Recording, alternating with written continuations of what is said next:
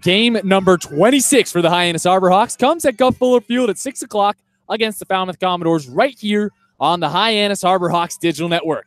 Good evening, everybody. I'm Chris Lucy. Today, the Hawks look to extend what was once a 3-game win streak.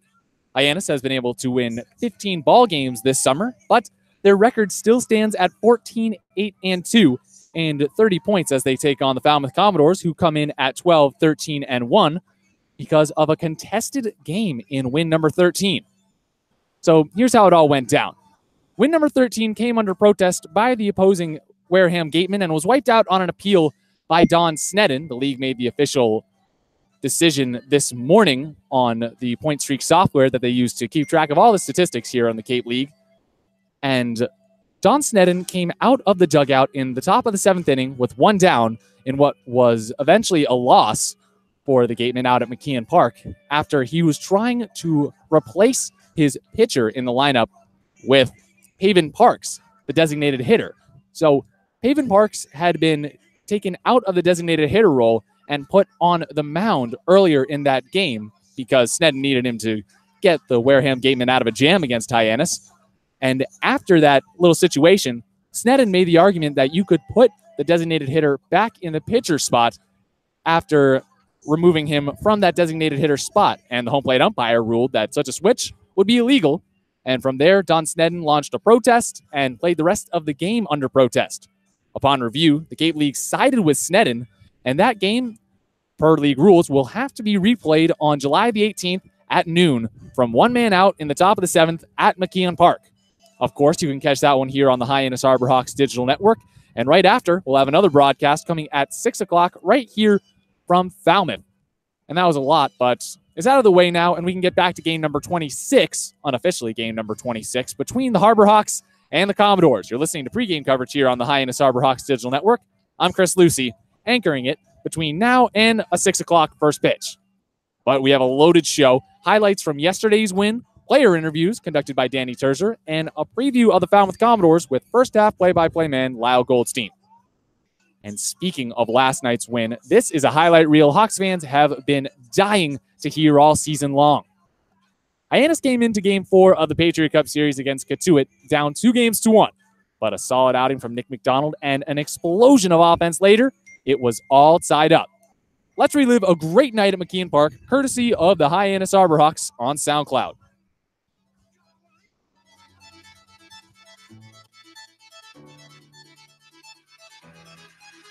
Welcome to game number 25 of the 2018 campaign. I'm Robert Marcello along with Chris Lucy. As Romo's pitch. That is a pitch in the dirt. Gets past him. Gunnar is going to come home, and he is safe. It is 1-0. So here on the road, Hyannis. They will get on a 1-0 lead on a mistake by Zach Humphrey. Now the 2-1.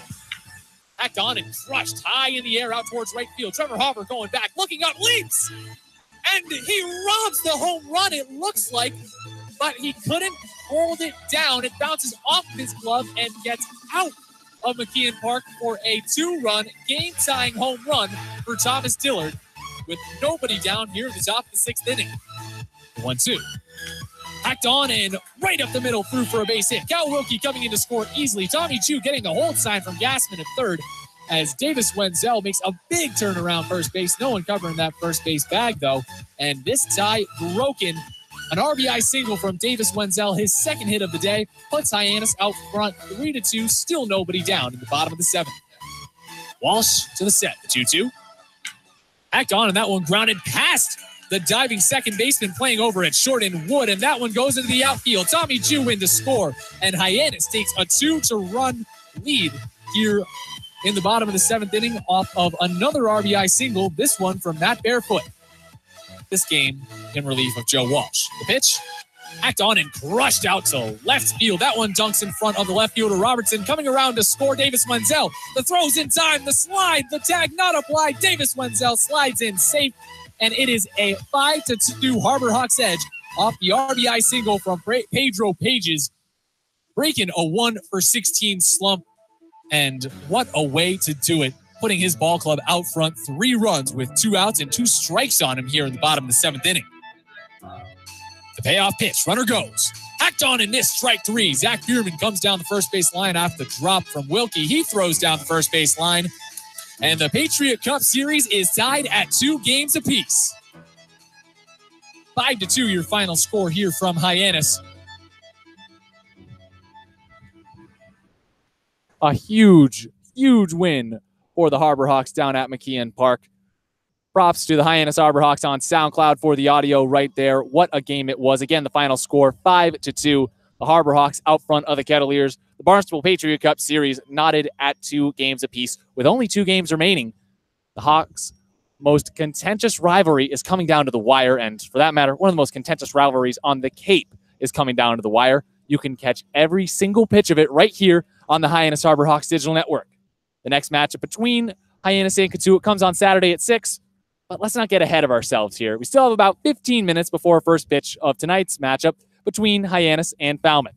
I'm Chris Lucy, taking you through the pregame coverage, but now I'll give way to field reporter Danny Terzer. She had the chance to speak with Harbor Hawks first base coach and former player Bobby Melly earlier today. So let's listen in, courtesy of the Hyannis Harbor Hawks on Twitter. I'm here with assistant coach Bobby Melly. Bobby, just 3 years ago, you were a player in this league. What's it like coming back on the other side as a coach? Definitely different, but, it's something that's, I'm having fun with. And, I played in this league, and I'm trying to just help these guys, help them and just let them know what it's like and what I experienced. And hopefully, they can have some success off of what I've experienced. How did you come to the decision to come back to this league as a coach this time? I was at home. Hyannis is, in my hometown, and I've always been around this team. So, Coach Gassman, gave me the offer with Coach Polk as well, and it was something I couldn't turn down. I've been involved with the organization for such a long time. It was definitely something I couldn't say no to. Was that always an expected path for you to be coaching at some point in your career? Yeah, I guess you could say that. I was very interested in coaching, but just with baseball in general. So maybe I won't stick to coaching. I don't know, but in some capacity, I'd like to be involved with the game, and here I am to start. So we'll see how it goes. What's your biggest advice to these players as they're trying to make it to the next level, having just been there yourself? Just to relax and have fun. It's the same game they've been playing since they've been in Little League. Everyone talks about the Cape and how difficult it is, and night after night how it's really tough. But, it's the same game. It's going to be tough, but they can't think about that. They have to go out, have fun, and, let their talent speak for themselves. Thanks, Bobby. Thank you. Danny Terzer and Bobby Melly here on the Hyannis Harbor Hawks Digital Network. First pitch coming up in just a couple minutes between Hyannis and the Falmouth Commodores. And Danny Terzer, usually on the sidelines for the Harbor Hawks, joins me on the broadcast right now. How are you doing, Danny? I'm doing well, Chris. Thanks for having me on. Always a pleasure to have you on, Danny. So you spoke to Nick McDonald last night after easily his best start of the season. 5 innings pitched, no earned runs, 7 strikeouts. What did Nick tell you about what enabled him to turn the corner against Cotuit last night? Well, I think his preparation for the game was one thing that really helped him. He knew he was going to face a lot of lefties, and he made sure that his pitches were really going to work in that type of situation. He also has only played with Kyle Wilkie this season, so I think just the trust and the communication between them makes all the difference in the game of baseball. I saw them in the dugout in between innings talking about the signs that Kyle was giving, so their chemistry together I think really helps that and really helped give him success last night. Chemistry's been a key word for this Harbor Hawks ball club all season long. I mean, the temporary contract period came and went yesterday, and the Hawks extended every single temp contract to a full contract. This team is committed to the group they have right now to continue the quest for a Cape League championship, the first possibly for Hyannis since 1991. Danny, that would be a massive accomplishment for this ball club. And what is it about this group of guys that not only earned them the confidence of the Harbor Hawks, but enables them to work together so well? Well, I think there's a few things. I think on the field, Coach Polk does a really good job setting up a good structure between these guys. A while back, I talked to Braden Coma about the chemistry among the infielders, and he said that came down to Coach Polk and how he sets up and runs that type of defense. And I also think off the field, these guys are with each other a lot of team dinners. They're hanging out with each other on their off days and stuff. So that makes the world a difference when they're friends, when they know each other, when they can have trust, like we were just talking about. So I think all those are really components that are making them be successful this season. She's Danny Terzer. I'm Chris Lucy. Danny, I know you have a lot to do today, but I have just one more question for you before you head back to the dugout. So at this point, everyone has caught wind of the controversy between the Harbor Hawks and the Gatemen. Win number 13 for Hyannis, coming back off of Don Snedden's protest. What's the general mood around the team about this whole kind of fiasco that's happened really almost completely out of their control?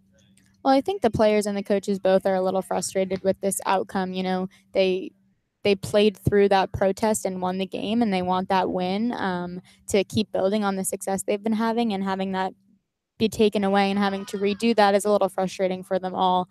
So I think, you know, to overcome that, it's going to be important for them to go out there and even for those 2 innings, overcome that challenge and win again and prove that they really deserved that win. And that will really be big for them. Absolutely. That replay will come on July the 18th. And you can catch it right here on the Hyannis Harbor Hawks Digital Network. First pitch on that at 12:30. And then right after, a game at 6 against the Harbor Hawks and the Commodores, much like we have tonight. Danny, you're a good sport as always. Thank you so much for joining me. I'll let you get back to the dugout. Danny Terzer on the Hyannis Harbor Hawks Digital Network, ladies and gentlemen. We'll take a quick break now, but we'll be back shortly. First half play-by-play man Lyle Goldstein previews the Commodores, and I'll take you around the Cape for a live update of scores, news, and notes when we get back.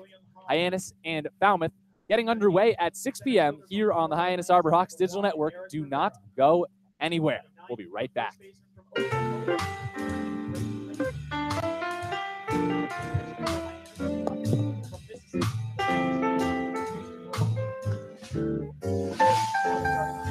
Magic Works Media copyright.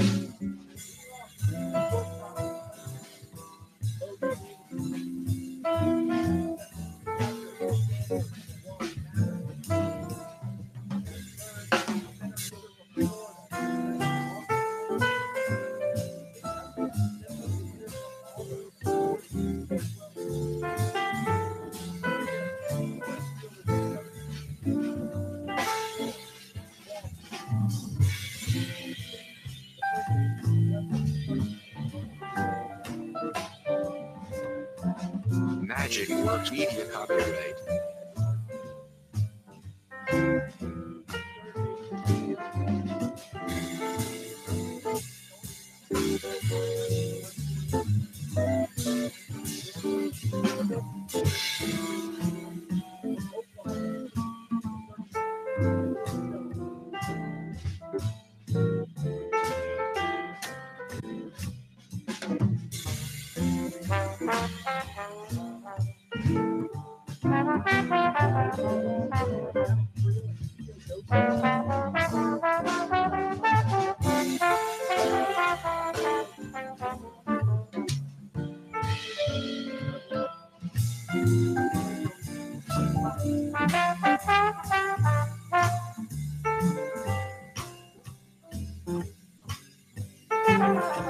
Magic Works Media copyright.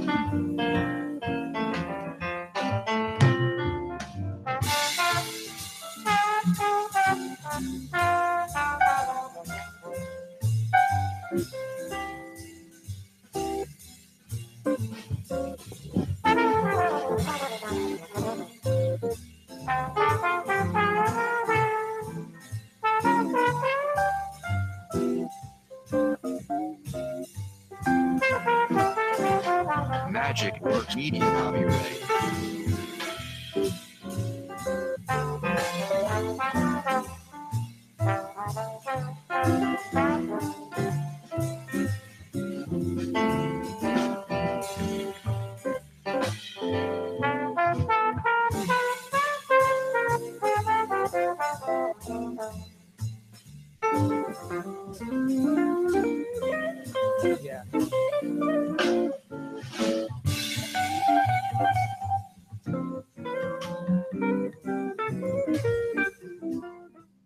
Back at it here on the Hyannis Harbor Hawks Digital Network alongside Lyle Goldstein. I'm Chris Lucy.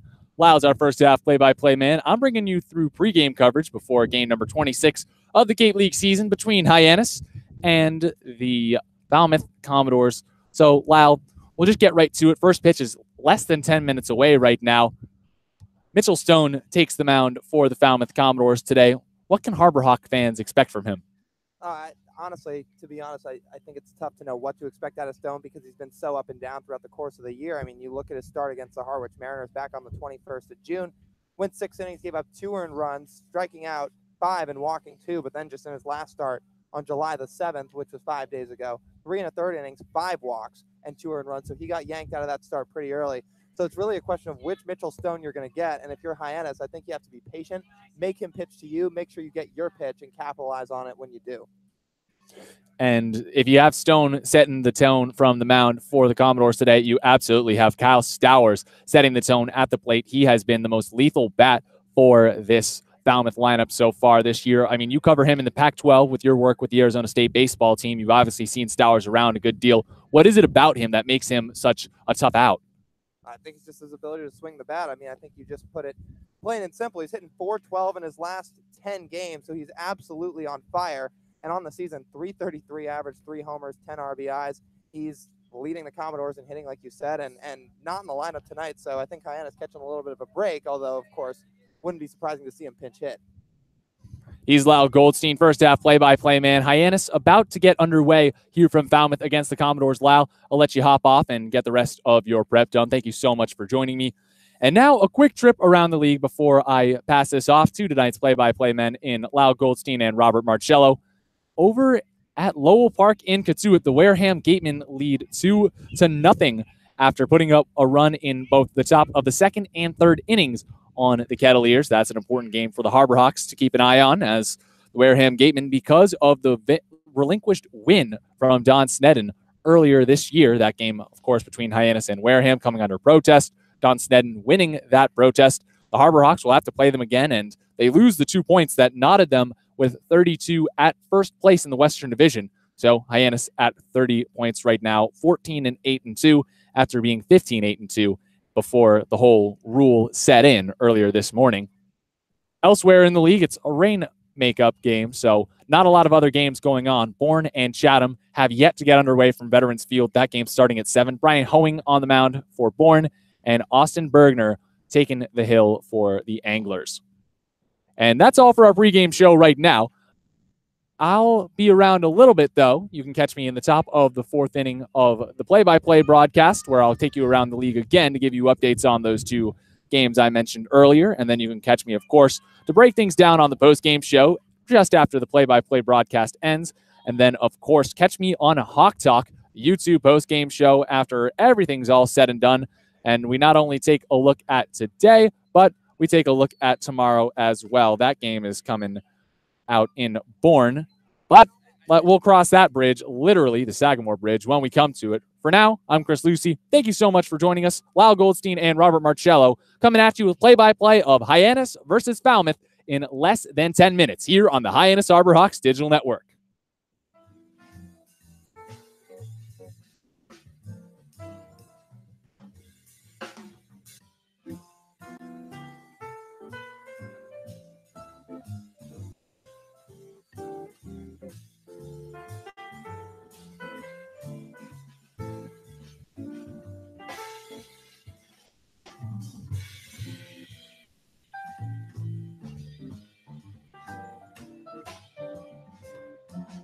Magic Works Media copyright.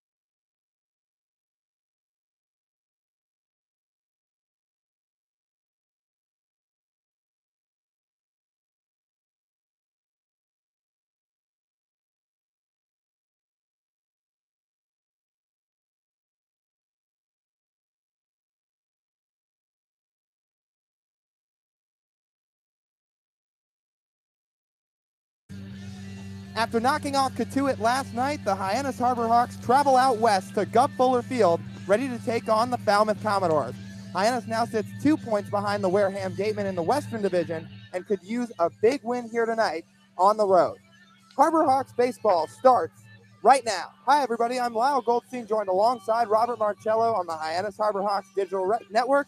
Rob, both these teams are 5-4-1 in their last 10 games, and Falmouth has swung some hot bats as of late. Plain and simple, what's the key for the Harbor Hawks tonight? I think they have to get out to an early lead, get them back on their heels a little bit, being on the road, a place where the Harbor Hawks today, or so far this season, have somewhat struggled as a couple of their losses have came on the road, just like any other team would, and then also pitch well. Well, the Falmouth Commodore starter tonight, 6'9" left-hander Mitchell Stone out of Oklahoma State University. Stone set to face the top of the Hyannis order to start things off. Leading off is Davis Wenzel, the designated hitter tonight out of Baylor. He'll be followed by Braden Como, the right second baseman, hitting second. Matthew Barefoot hitting third, playing left field out of Campbell. Seth Gray doing the cleanup duties tonight. He's in the number 4 spot, third baseman out of Wright State. Pedro Pages, FAU catcher, hitting fifth, followed by Todd Lott playing right field in the 6th spot, a Louisiana Lafayette product. And the final third of the Harbor Hawks order, Will Holland in the 7th spot, shortstop from Auburn. FAU center fielder Eric Rivera follows him, and Brady Lindsley will round out the 9, the first baseman out of Oklahoma.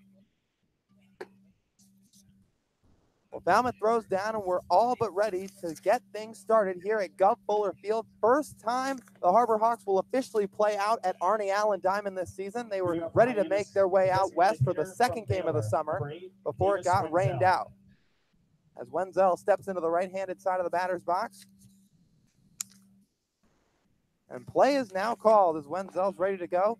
Mitchell Stone on the mound, working from the left side and the windup. He kicks and deals the first pitch to Wenzel, and it's a fastball high and away for ball 1. Mitchell Stone in his last start back on July the 7th against the Wareham Gatemen in a 6-4 win, went 3 1/3 innings, gave up 2 earned runs, and walked 5. Pitch number 2 to Wenzel, runs outside, 2 balls and no strikes to the Baylor designated hitter. Wenzel had 2 hits in last night's ballgame, including an RBI in the bottom of the 7th as he swings and sends one foul behind home plate.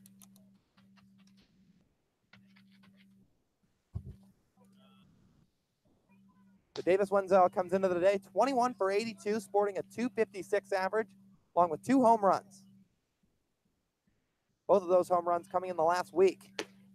As the 2-1 from Mitchell Stone touches the outside corner and the count moves to 2 balls and 2 strikes.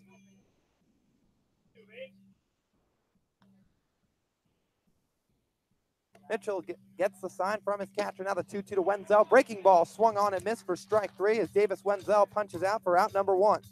Good way to start there for Stone. Not a really good way for Wenzel to start off the game with a strikeout, where he's been very effective in that leadoff role. First strikeout of the night for the Oklahoma State left-hander. The Falmouth defense tonight, Maverick Hanley doing the catching behind the plate out of Stanford. Around the infield, Davis Sims at first, Edward Julian out of Auburn at second, Logan Davidson from Clemson at short, and Cameron Cannon out of Arizona playing third base. First pitch to Como is a fastball low for ball 1, knocks off the glove of the catcher Maverick Hanley, but picks it back up and gives a new ball to his pitcher in Stone. The defense from left to right respectively out in the outfield for the Commodores, Will Brennan, Austin Langworthy out of Florida, and Matt Wallner from Southern Mississippi. 1-0 the count to Braden Como. Fastball from Stone in there for a called strike. Braden Como sporting a .302 average. Now a breaking ball to Como, swinging a ground ball over to third base, backhanded by Cannon, throws across the diamond in time for out number 2. So 2 quick outs for Mitchell Stone to start the top of the first against the Harbor Hawks. Como with the speed over, running to first, really had Cannon really having to throw it over there pretty hard to be able to get him. Matthew Barefoot will step in his usual number 3 spot and playing left field. Well, as of today, the Campbell product now sports the highest batting average on the Cape. He watches the first pitch fastball run outside for ball 1. Matthew Barefoot, a very patient hitter, being able to drive it out to all fields. Comes into the day with a .394 average. Austin Shenton sits at second place from the Wareham Gatemen as Barefoot takes a called strike on a breaking ball from Stone. But Matthew Barefoot, a couple of hits last night. Went 2 for 3 with a walk. 1-1 from Mitchell Stone. Catches the letters, about letter high on a fastball. Now strike 2 is called. 1 ball and 2 strikes. There's 2 outs. Mitchell Stone working quickly. Kicks and fires the 1-2, swinging a ground ball to the left side. Backhanded in the hole by Logan Davidson. A short throw across the diamond, and it is not in time. Matthew Barefoot beats it out for an infield single as he's on with 2 outs in the top of the first. First hit of the night for the Hyannis Harborhawks. The top 3 guys really in this order supply a lot of speed, definitely running on the base paths, and then also being able to steal.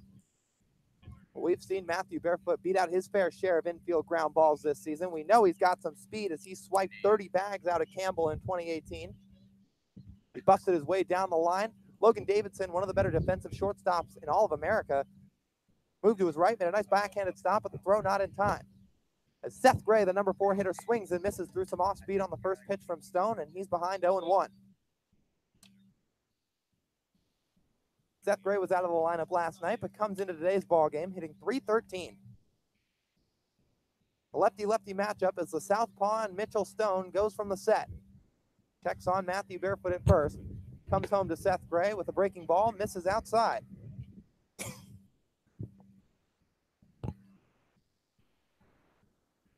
For the Wright State product in Seth Gray, 7 RBIs on the season. Matthew Barefoot over at first, being held on by Davis Sims. Stone throws over and back to the bag safely with a dive is the Campbell product and Matthew Barefoot.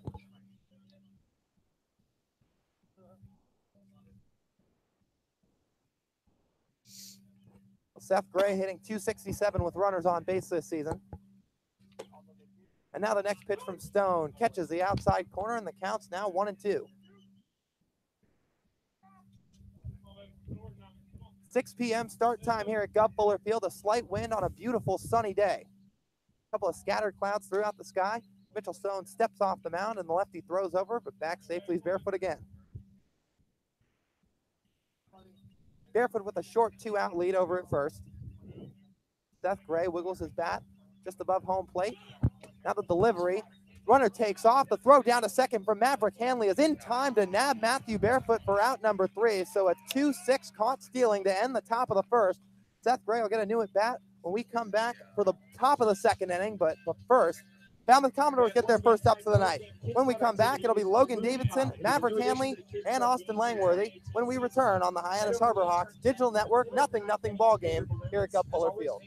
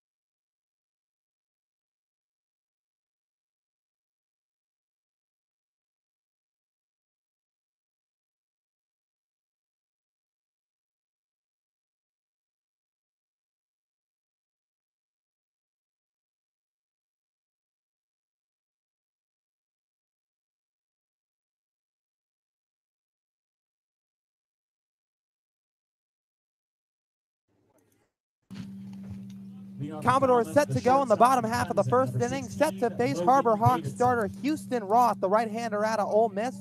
Toes the slab as he'll see the number 1, 2, 3 hitters in the Commodores order: Logan Davidson, Maverick Hanley, and Austin Langworthy.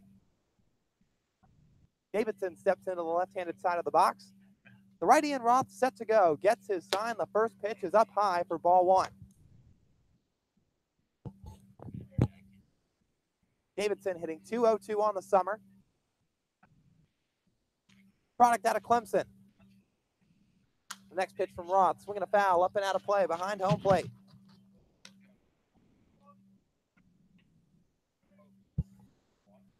One and one the count to Logan Davidson. Who will be followed by Hanley and Langworthy. As Roth kicks and fires the 1-1, swung on and nibbled foul behind home plate, and he knocked the cover off the ball. How about that? Definitely don't usually see that every day, Lyle. No. And he didn't hit it that hard either. He kind of just hit it right off the top of the bat, but hit it right in the right spot. So Houston Roth gets a new ball, to say the least, as he sets and fires a 1-2 to Davidson. A called strike three, fastball right on the outside corner, and Davidson, not happy with the call, goes down looking for out number 1. The second straight game this has happened where the leadoff man for the away team has struck out, and then the first guy for the home team struck out. So Maverick Hanley will step in. Langworthy on deck. Stephen Williams, the Auburn DH, in the 4th spot. Matt Wallner hitting 5th out of Southern Miss. Davis Sims hitting 6th from Murray State. As the hitter in Hanley swings at the first pitch and sends it foul behind home plate. In the 7, 8, 9 for the Commodores, Edward Julian out of Auburn, Cameron Cannon, third baseman from Arizona, and Will Brennan rounding out the 9, the Kansas State left fielder. The Houston Roth working from the windup. Gets his sign from Pedro Pages. The next pitch to Hanley is a called strike, and the count now 0-2.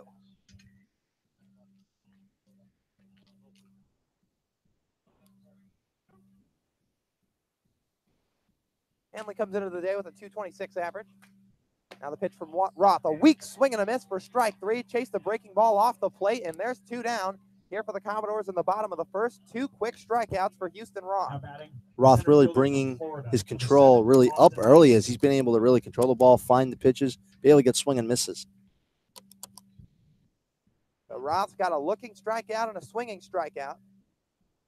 He's now set to face left-hander Austin Langworthy out of Florida,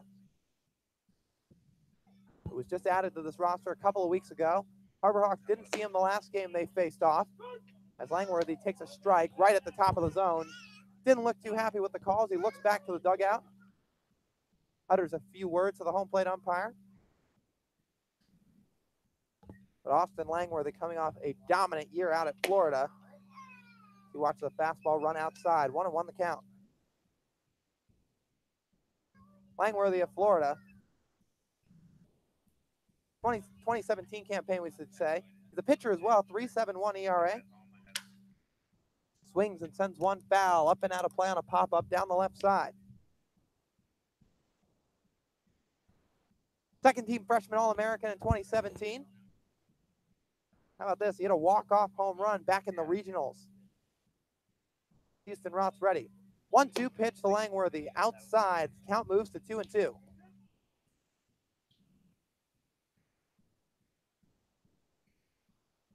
The Houston Roth, 2 quick outs. Quickly steps off the mound.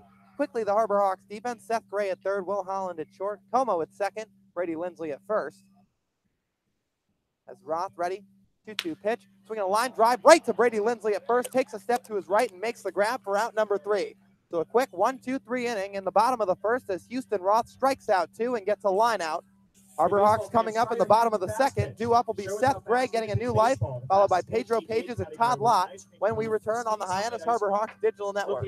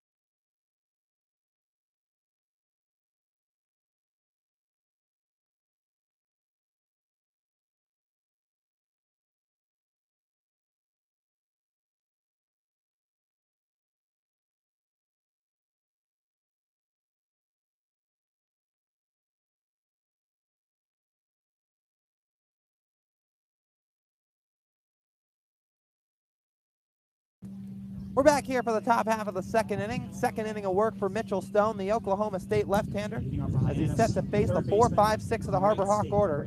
As Seth Gray steps to the plate, had a 2-strike count on him back in the top of the first inning.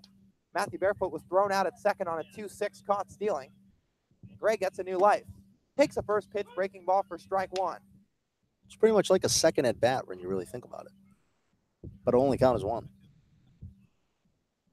Stone from the windup, the 0-1, swinging a ground ball right to Logan Davidson at short, takes a step to his left, fields it cleanly and makes the throw across in time. And there's quickly one out for Stone and the Commodores on the top of the second. Seth Gray, unfortunately, unable to make of the second opportunity. Had to be back up at the plate there. Just catches the end of the bat there and puts it right to the shortstop for the first out. Yeah, none of these hitters ever want a second at bat, well, because that means somebody was thrown out or tagged out in a rundown to end the inning. Of course, you'd like to finish it right where you're at. Is that mindset in the batter's box, of course, is you're ready to go once. But Seth Gray trying to do it again, but unsuccessful in his technical first at bat as Pedro Pages takes a strike right at the letters. Pages out of Florida Atlantic. Had one hit last night. That was an RBI back in the 7th inning. He swings and lines one foul out of play down the right side. Let's go, Pedro. But that RBI single in the 7th inning was part of a 3-spot that the Harbor Hawks put up on the Katua Kettleers in what was part of a 5-2 win. It was 2-2 going into the 7th inning, courtesy of a Thomas Dillard 2-run shot. Then 3 runs for the Harbor Hawks propelled them to a win as Pages swings at a breaking ball and sends a hopper to Cameron Cannon at third. Fields it cleanly and throws across, 2 down. So a 6-3 and a 5-3 for the 2 Harbor Hawk hitters to start off the top of the second inning. Stone really getting these guys off speed, really just sending them back on their heels and not knowing what's going to happen.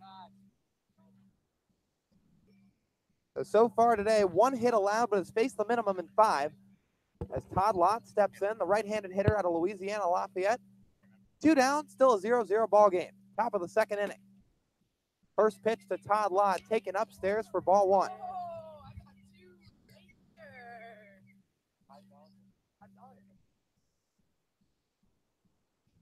Stone continuing to work from the set, gets his sign, the pitch to Lott, swinging a line drive into right field for a base hit. Takes a hop in front of Matt Wallner, and the second hit is recorded for the Harbor Hawks today as Lott is aboard with 2 outs.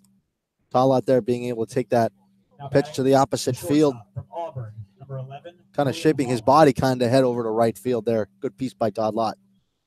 You know, and for a guy who has so much power in Todd Lott, if you're a scout, if you're a coach, you just love to see that from a guy, especially with a frame hold like Lott, who stands at 6'4", 235 pounds, not always looking to pull it, not always looking to drive it out of the ballpark. That just some 2-strike hitting right there, goes the opposite way and gets himself aboard.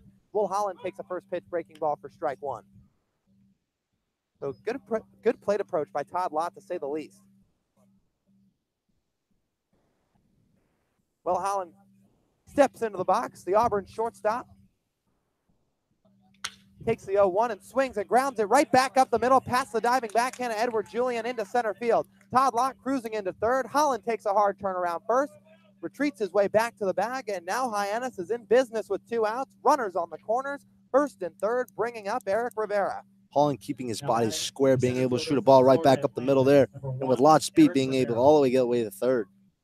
Now is an opportunity for Rivera to be able to drive a guy in. Holland came into that at bat just 2 for his first 11 on this Cape League summer. And Rob, I think it's safe to say that it's not going to stay that way. This kid is just far too talented and far too, well-mannered at the plate to keep hitting under the Mendoza line. And he just bumped his batting average a little bit up right there as Rivera swings at the first pitch and sends the ball out to Logan Davidson at short, moving to his right. Strong throw across the diamond and in time for out number 3. So back-to-back 2-out singles for the Harbor Hawks, but can't muster up a run as Rivera grounds out to short to end things in the top of the second. Houston Roth makes his way back out to the mound for inning number 2 when we return on the Hyannis Harbor Hawks Digital Network.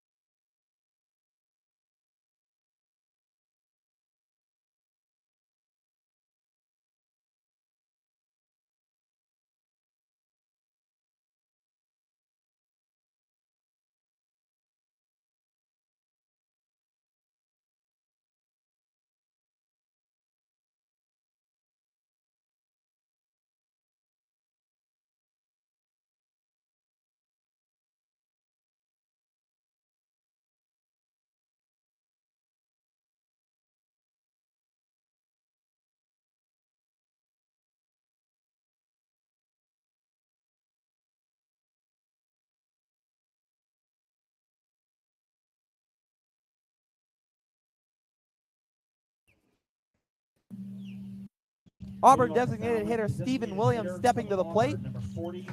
Starting things off in what will be the bottom half of the second inning, Houston Roth back on the mound, the Ole Miss right-hander. He's making his 5th appearance of the summer. Back in his last start against the YD Red Sox in what was a 7-7 tie a week ago on July 5th. Roth went 3 2/3 innings pitched, 4 earned runs on 7 hits, striking out just 1. Williams takes a strike right at the knees to start things off. So Roth on the year doesn't have a record to his name, 0-0, 3.85 ERA. Kicks and fires the 0-1. Fastball runs inside as the count moves to 1-1.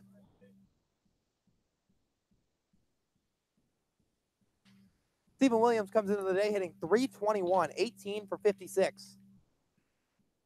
Houston ready. 1-1 breaking ball in there for a called strike. Williams finds himself with a 1-2 count. Got the second highest average on the team behind Kyle Stowers out of Stanford, getting the night off tonight for Falmouth. Now Roth with the 1-2, fastball misses up and away. So Stephen Williams, just 1 long ball on the summer, 5 RBIs.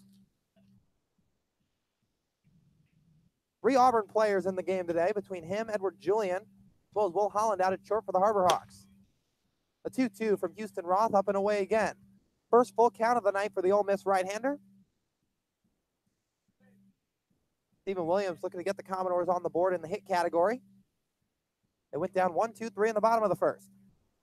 Now the payoff pitch from Houston Roth misses just away for ball 4, and Stephen Williams draws a walk to start things off in the bottom of the second.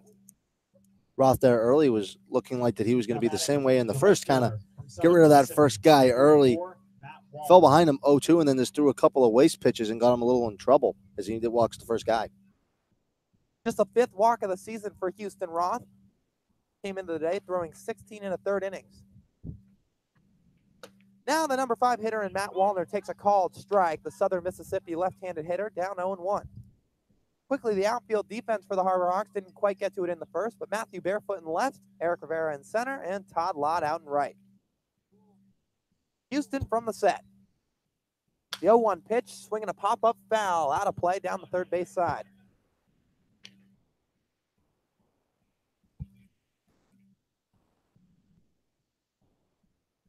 So a beautiful day here at Gup Fuller Field, a Western Division matchup.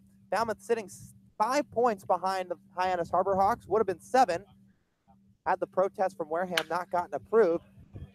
As Wallner swings at that pitch and grounds it up through the left side and up into left field for a base hit. Moving down to second base is Stephen Williams. First hit of the night for the Falmouth Commodores as Matt Wallner, who came into the day hitting .235, picks up his 5th hit of the summer. The Commodores threatening early in the bottom of the second. Nobody out. Bringing up power hitting right-handed hitter in Davis Sims out of Murray State. A little trouble here for Roth in the bottom of the second. Really just has to settle down here, try to keep this still. Now that we're 0-0. So Roth had a clean first inning. But working himself into a little bit of trouble. As time is called, Pedro Pages will go out for a quick conference at the mound.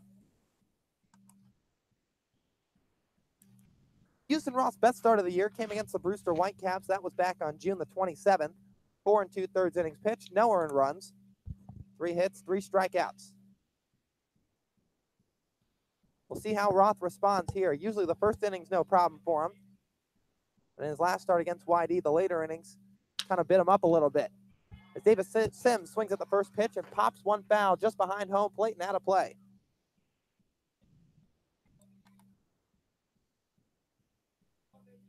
Davis Sims, currently hitting .243 with 3 long balls this summer.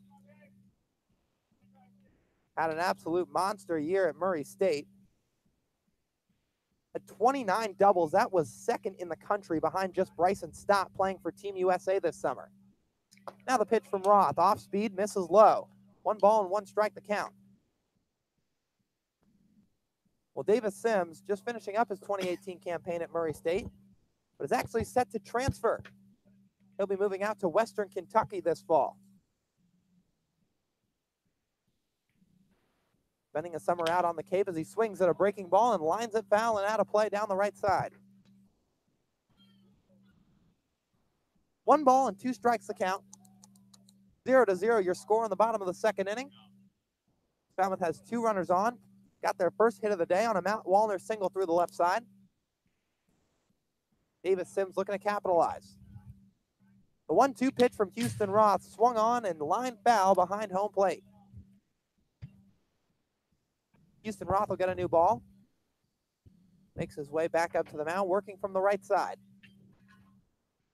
Braden Como and Will Holland playing a little bit up the middle, giving some attention to the runner and Stephen Williams at second base.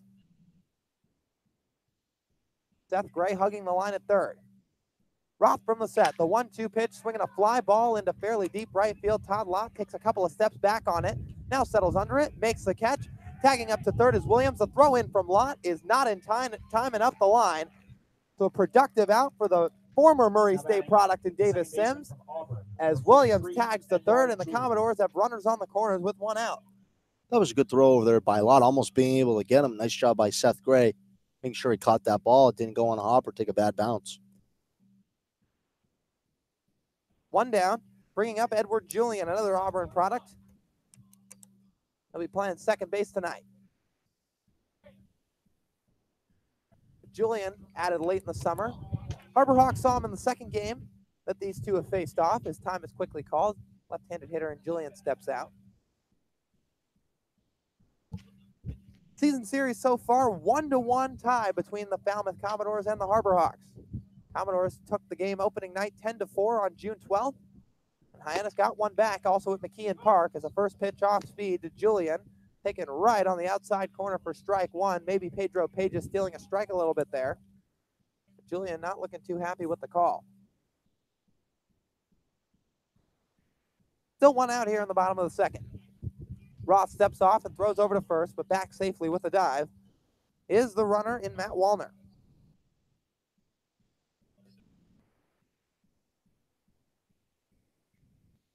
Edward Julian comes into today. 5 hits and 49 at-bats, has been on the struggle bus for the Commodores this summer. There's another off-speed for Houston Roth in there for a called strike. Ole Miss right-hander quickly ahead, 0-2. But Edward Julian, for a player who led the Auburn Tigers in home runs this season, off to a slow start here on the island. The fastball from Roth runs upstairs, and 1-2 is now the count.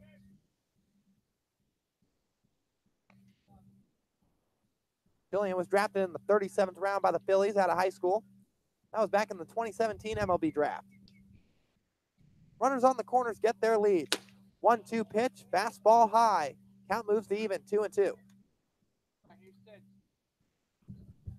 Stephen Williams on third. Tagged up on a fly ball out to Todd Lott. Williams walked to lead off the inning.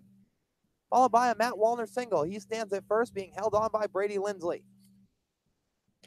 Roth steps off and throws over again. Back safely on a dive is Wallner. Brady Lindsley, a catcher by trade, spending most of his summer at first base this season. Him and Pedro Pages have split time there. 2-2 count. Roth from the set. Pitch to Julian, swinging a ground ball back up the middle for a base hit. Jogging in from third is Stephen Williams. Advancing to second is Wallner. And the Commodores strike first on the board, 1-0 here in the bottom of the second. Pitch there left out above the plate there by Roth, taking advantage of it. Was Julian and able to get an RBI. 7th run batted in for the Auburn product in Julian.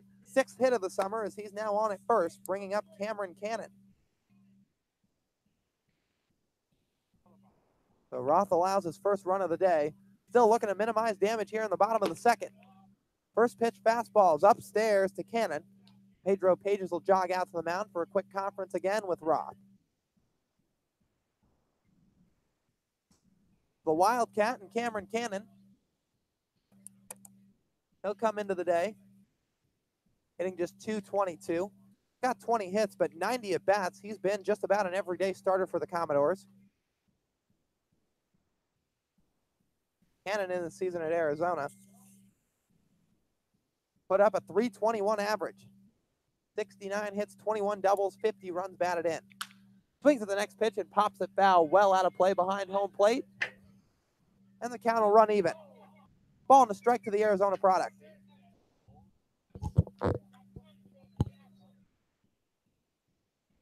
But Braden Como and Will Holland still playing up the middle.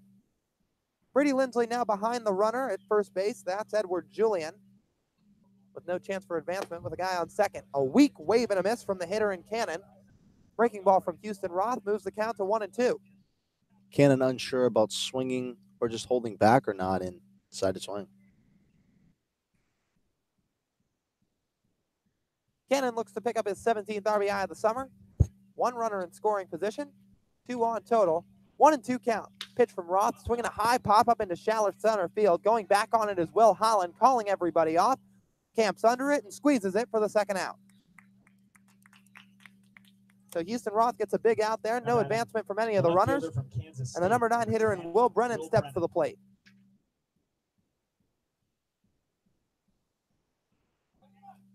Will Brennan playing left field tonight. He comes into today hitting .211.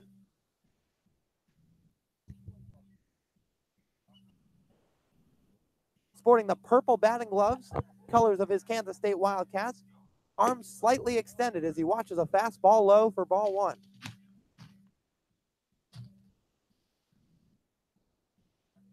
Commodores have 2 hits, both coming in this inning on singles. Houston Roth looking for the third out of the second. 1-0 the score in favor of the Commodores. The set and the pitch on the way. Fastball for a called strike.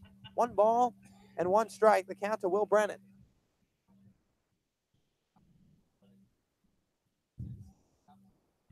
The Harbor Hawks have seen Brennan a couple of times already this summer. Brennan, another two-way guy. Hit .359 at Kansas State this summer. He watches a breaking ball down in the dirt. Fielded by Pedro Pages, keeping it out in front of him. No advancement from the runners. Will Brennan, 79 hits on the year. Named to the all-first team Big 12. Much warranted with an average like that. 2-1 from Roth. Swung on and pops foul down the third base side and out of play. Into the bushes here behind Gov Fuller Field.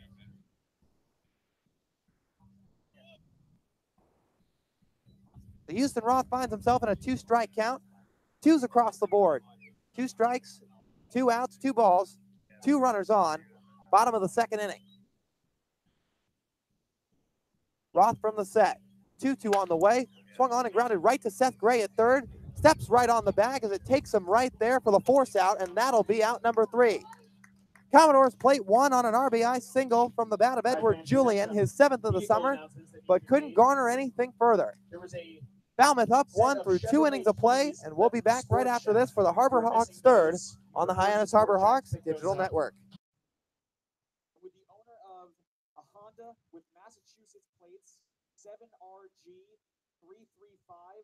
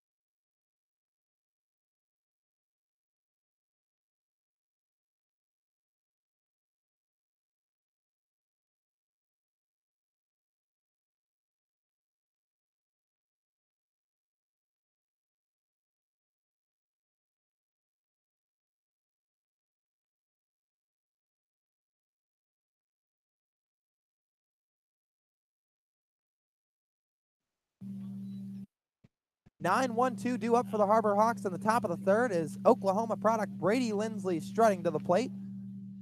A left-handed hitter playing his college ball at Norman. Set for his first at bat, and it'll be his first time this summer seeing Mitchell Stone. Oklahoma, number 30, Brady Lindsley. So the Oklahoma State left-hander set to go against the Oklahoma left-handed hitter. First pitch is a fastball right at the knees for strike 1. But not just a Western Division rivalry. but also a school rivalry in this at bat, an interstate one for that matter, Oklahoma and Oklahoma State. Stone's next pitch runs up high for ball one.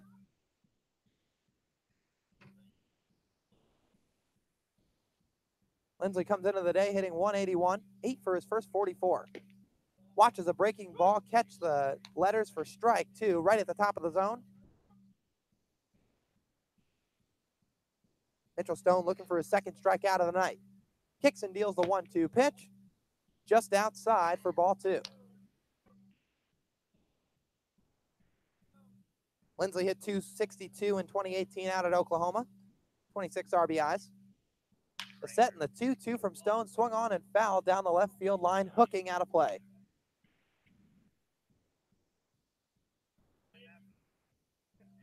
Lindsley with 5 RBIs this year.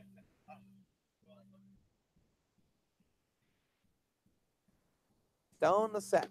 2-2 pitch. Breaking ball runs high, 3-2. Lindsley hitting 267 against left-handed pitchers this summer. Southpaw and Stone ready with a 3-2 offering. Misses outside for ball four. Brady Lindsley draws a lead-off walk in the top of the third, and the Harbor Hawks will turn their lineup over as Davis Wenzel set to make his second at-bat of the night. Wenzel's 0 for 1 on the day. He struck out swinging to start off the ball game in the first.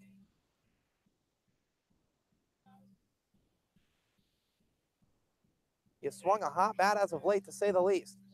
He's ready for his second lefty-righty matchup of the night.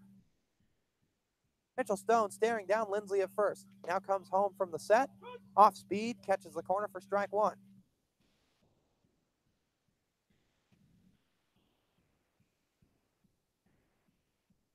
Davis Wenzel in his last 10 games hitting 293, 318 in his last 5. And now the pitch from Stone. Called strike on a fastball. 0-2 the count.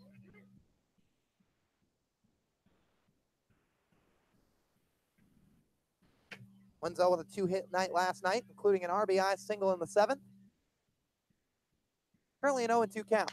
Pitch from Stone, swung on and fouled out of play down the right side.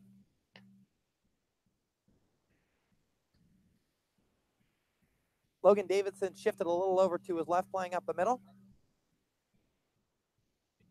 Being held on at first is Brady Lindsley by Davis Sims. Stone throws over, back safely with no dive is the Oklahoma first baseman in Lindsley. Edward Julian, the Auburn second baseman, shifted over to his right. To a gaping hole on the right side for the hitter in Wenzel. Setting the 0-2 from Stone. Breaking ball in there for a called strike 3. Wenzel punches out for the second time tonight. Out number 1 in the top of the third. Davis kind of smiled at the home plate umpire there. Didn't look incredibly thrilled with the call. And slowly makes his walk back to the dugout and turns things over to Braden Como. Como's 0 for 1, grounded out to third in his first at bat. I thought I saw you the other day. Wheeling that bat just behind his right shoulder and at about head level. First pitch from Stone. Swinging a foul down the right side and out of play. These Harbor Hawk hitters seem to be a little bit behind the lefty and Stone. Only threw 4 1/3 innings this season. That was out at Oklahoma State. Made just 2 appearances. Had an ERA over 6. Como swings right through a breaking ball. Takes a hand off the bat. Gives a hard cut, but now behind 0-2. Como came into the day hitting .302.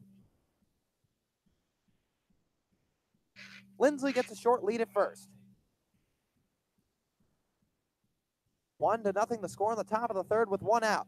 The set and the 0-2 on the way. Swing and a chopper out in front of home plate, fielded by the catcher and Hanley. Throw over to first just in time to nab Braden Como. Moving down to second will be the runner in Lindsley, but Como hustling down the line, trying to beat out a squiggler out between the mound and home plate, but couldn't quite do so as the catcher and Hanley moved out to his left, positioned his body just perfectly, fielded the ball barehanded, and a strong throw over to Davis Sims on the inside of the bag. 2 down for Matthew Barefoot with a runner in scoring position.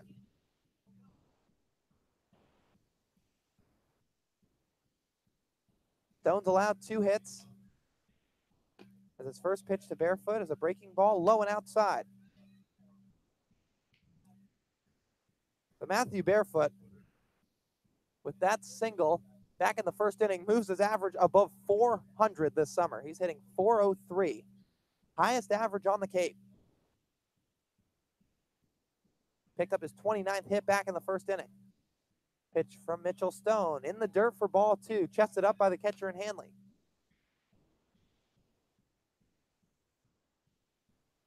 Lindsley's on at second. Barefoot vying for his 16th RBI on the summer. The left-hander from the set. 6'9" southpaw kicks and deals. Another breaking ball, this time catching the bottom of the zone for strike 1. We've seen Barefoot hit it a few different spots in the lineup this season. He's hit first, he's hit third, he's hitting the cleanup spot, but in the number 3 hole tonight. The next pitch from Mitchell Stone, swinging a foul right off the ankle of Matthew Barefoot to even the count at 2.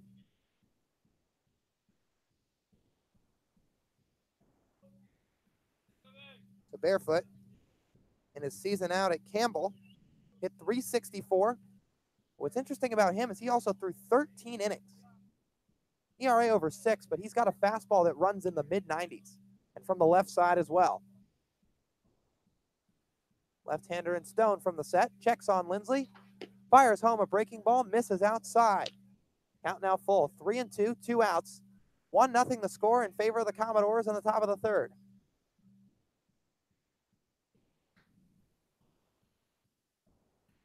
Infield playing back, outfield straight up. Stone the set, payoff pitch on the way, swinging a foul down the right side, now to play.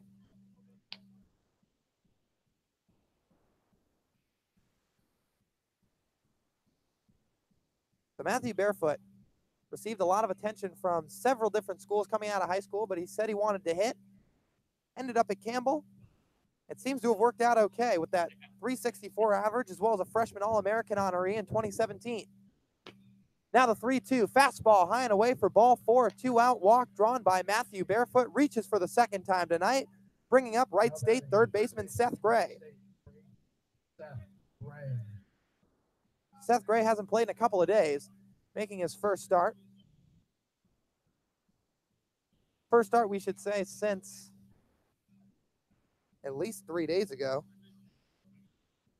Last one coming back against the Wareham Gatemen. Was back on July the 8th. Takes a called strike right at the bottom of the knees. 0-1 the count.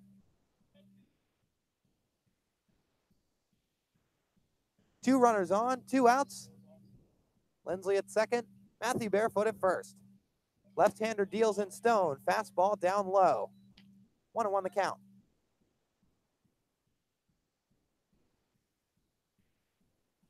Gray hitting .303.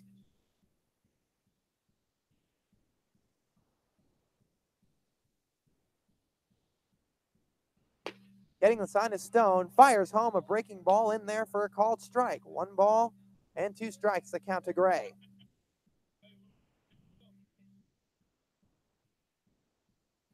Well, Seth Gray hitting .286 with runners in scoring position and 2 out. Lindsley's on at second. Swings and sends a chopper to the right side. Moving to his left is Julian. Fields it forehand. Throws to first. And in time for out number 3. So another 2 runners reach for the Harbor Hawks, this time in the third, but can't muster a run. 1-0 through 2.5 frames in favor of Falmouth.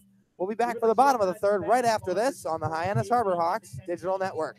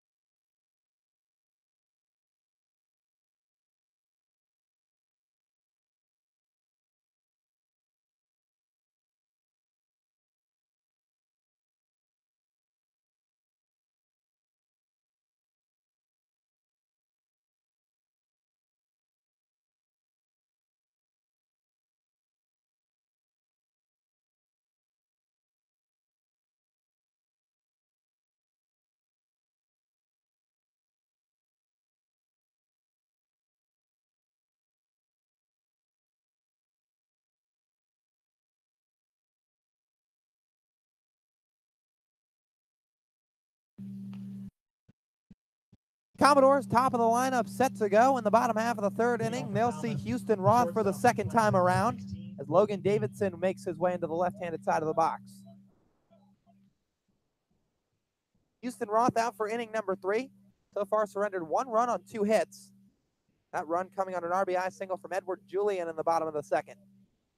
Now Roth, the right-hander, kicks and deals a first pitch breaking ball down low for ball 1. So Logan Davidson not having the summer he imagined. An average right at 215 for 75. The fastball from Roth right at the letters for strike 1. But Logan Davidson, put into perspective what kind of potential he has, ranked the #1 ACC prospect for the 2019 draft as he watches a fastball high and away. Davidson hit .292 at Clemson in his sophomore year, 18 doubles and 15 home runs. But this is often what happens to players, even guys as highly coveted as Davidson, as the Cape League humbles you. So far, off to a rocky start. 2-1 from Roth as a fastball upstairs. 3-1 the count. Regardless, Davidson regarded as a plus defender. Made a couple of plays already tonight. Roth from the windup, the 3-1 pitch, swinging a pop-up down the right side. Brady Lindsley giving a look. Pedro Pages gives chase, but lands just out of play behind the Commodores' dugout.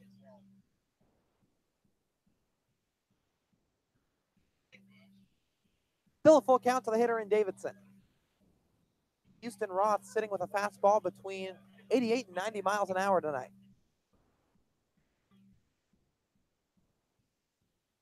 Plays now back in. Roth from the wind gets his sign. Payoff pitch, swinging a foul down the left side this time. Popped up out of play.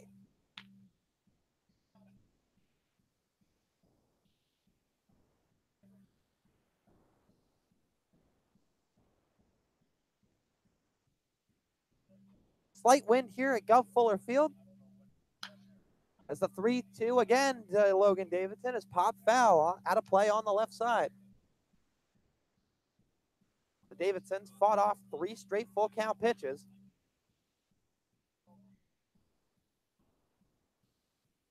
Quickly calls time to step out. Now back into the box, into his set.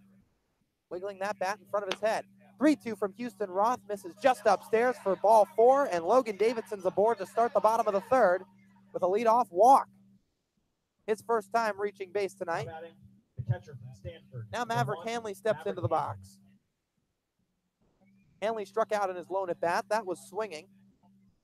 Second Commodores hitter of the game. Houston Roth started the day with back-to-back strikeouts. Those have so far been his only 2 up to this point. Davidson taking off with a pitch, a hit and run. Ground ball out to Will Holland at short. Fields it cleanly. Throws across the first in time to get the hitter in Maverick Hanley, but Davidson moves up to second easily. So despite Davidson taking off with the pitch and the ball being grounded up the middle to Will Holland, didn't have a play to taking himself over to second, so made a strong throw across to Brady Lindsley to get the only out he could. Out number 1 in the bottom of the third. Falmouth with a runner in scoring position. Austin Langworthy out of Florida digging in. Roth checks the runner. First pitch to Langworthy is a changeup down low.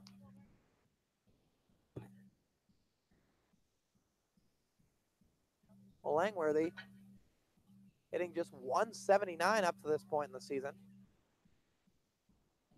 Has struggled. It's making his trip from Gainesville out to the Cape. Fastball from Roth right at the bottom of the zone as the count moves to 1-1, a called strike.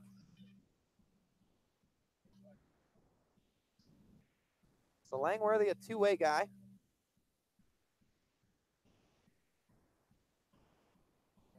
Returning to Falmouth for his second summer, was here last season as well as a two-way player. The 1-1 from Houston Roth is a called strike right on the outside corner.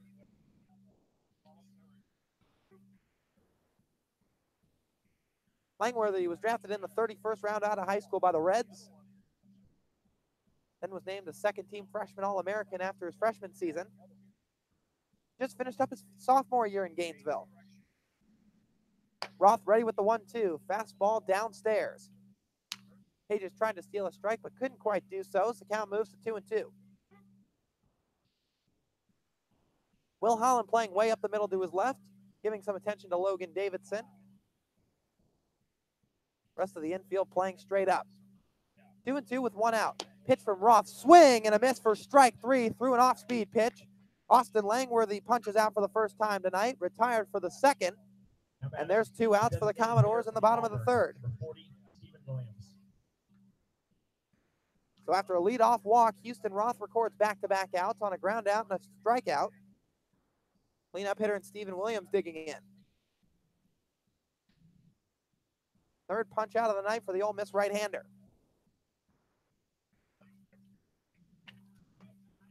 Roth checking the runner at second. His first pitch is a breaking ball for a called strike. Roth has had great command of both his breaking pitches tonight, both the curveball and the slider. He's a 4-pitch guy. Fastball and changeup along with those 2 breaking pitches.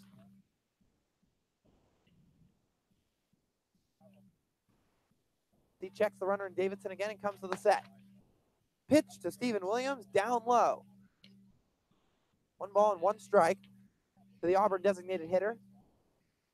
Left-handed hitter in Williams walked and scored back in the second inning, yet to record an official at-bat. Roth trying to keep this game at 1-0. His next pitch is a called strike right on the outside corner with an off-speed pitch. Roth allowed 1 run in the second. Davidson in scoring position out at second here in the bottom of the third. Getting about a 5-step lead. Will Holland playing right behind him. 1-2 the count with 2 outs. Pitch from Roth. Catches the corner on a fastball for strike 3. Houston Roth records back-to-back strikeouts to end the bottom of the third, and any Falmouth Commodores rally. 1-0 the score here in Falmouth through 3 innings of play. We'll be back for the top of the fourth right after this on the Hyannis Harbor Hawks Digital Network.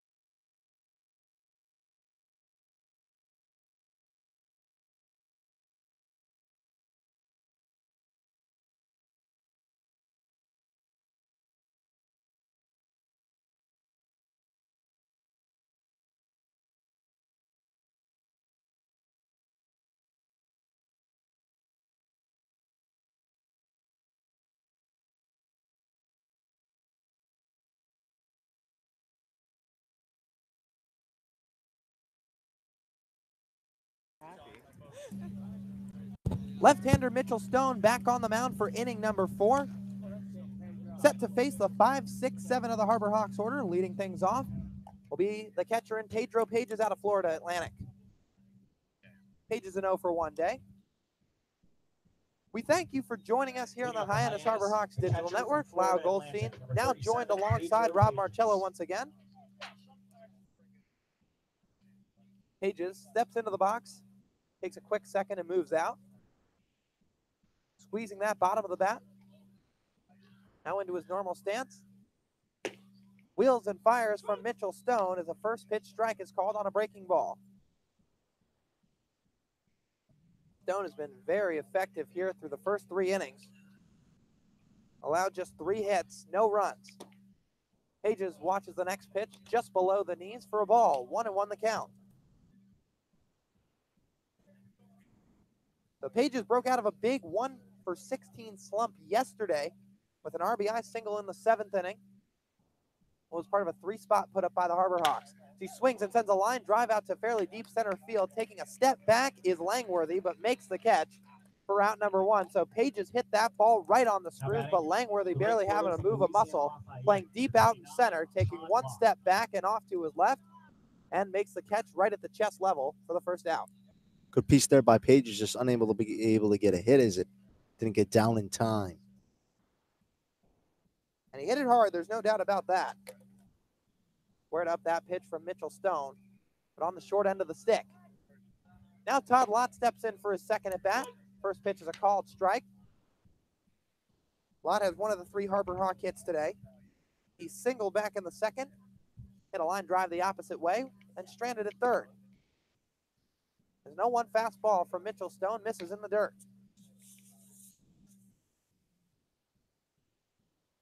So Todd Lott coming into the day hitting .308, 5 home runs, 10 RBIs. Taking his time now is Stone. From the windup, breaking ball, swung on and missed by Todd Lott. Gave that one a healthy hack, but now the count moves to 1-2.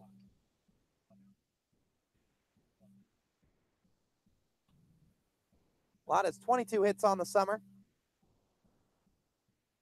Stone ready with the 1-2. Another breaking ball fouled right off the foot of Todd Lott. Called foul. He'll kick some dirt, step out of the box, adjust his batting gloves.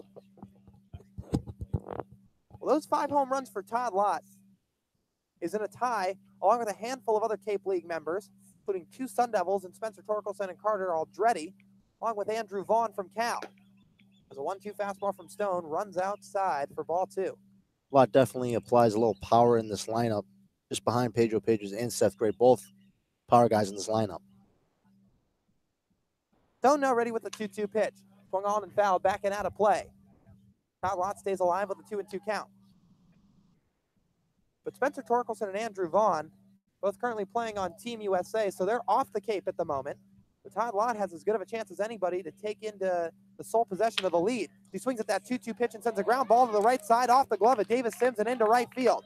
Todd Lott picks up his second hit of the night, second opposite field hit of the ball game, and he's on with 1 out here in the top of the 4th inning. Sims over at first trying to make that backhanded play. Goes right off his glove. Lott's able to get a hit. Todd Lott has swung a really, really hot bat within these last couple of weeks, to say the least.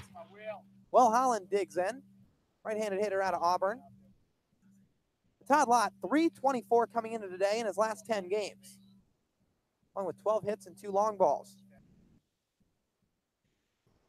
Stone steps off the mound and throws over. Lott's back safely. Holland also with a hit on the day. Him and Lott went back-to-back with base hits in the second inning, but neither of them scored, as this game still knotted up at 1-0. Pitch to Holland, swung on and line foul behind home plate, right back to the glove of Maverick Hanley. Will Holland, that was his 3rd hit of the summer, of this Cape League summer, back in the second inning. Sports a very wide batting stance, kind of an old school style. Feet just a little bit further than shoulder width apart. Right foot right on the back line of the batter's box. Todd Lott with a short lead at first. Stone from the set. 0-1. Lott taking off for second. Throw down to by Hanley down to Logan Davidson, and that's in time to nab Todd Lott for out number 2. So Maverick Hanley 2 for 2 and thrown out runners tonight. Got Matthew Barefoot back in the first, and now Todd Lott here in the 4th. Definitely has a great arm, being able to get down the second time today, Lyle, as you said. Matthew Barefoot got thrown out to start. Or rather, it was Edward Julian that applied the tag, covering over from second base. But 2 outs. The next pitch to Will Holland is a fastball upstairs. 2-1 the count. As the pitch to Holland when Lott took off was called a ball. So Holland in a hitter's count. Watches a 2-1 breaking ball from Stone in the dirt. Well, we mentioned Torkelson and Vaughn a minute ago out at Team USA. Holland spent a couple of weeks with Team USA this summer, but now is back in Hyannis as he cuts right through a fastball for strike 2. Well, Holland hit .319 in his sophomore year out at Auburn. He's also named to the Brooks Wallace Award watch list. given to the nation's top shortstop. Swings and pops one foul down the right side and out of play. So Holland now hitting with the bases empty and 2 outs. 1-0 the score in favor of the Commodores. Mitchell Stone gets his sign. Wind up in the 3-2 on the way, swinging a foul, out of play. Holland now fouling off a couple of pitches. 2 straight with a full count. And trying to notch the 5th Harbor Hawk hit of the night. All 4 hits have been singles from Hyannis. 3-2, swing and a miss for strike 3. Will Holland strikes out for the 3rd out of the top of the 4th. Mitchell Stone recording what will be his 3rd strikeout of the night. And another scoreless inning for the Falmouth Commodores. 1-0 the score in favor of Falmouth through 3.5 frames. We'll be back right after this in just a moment on the Hyannis Harbor Hawks Digital Network.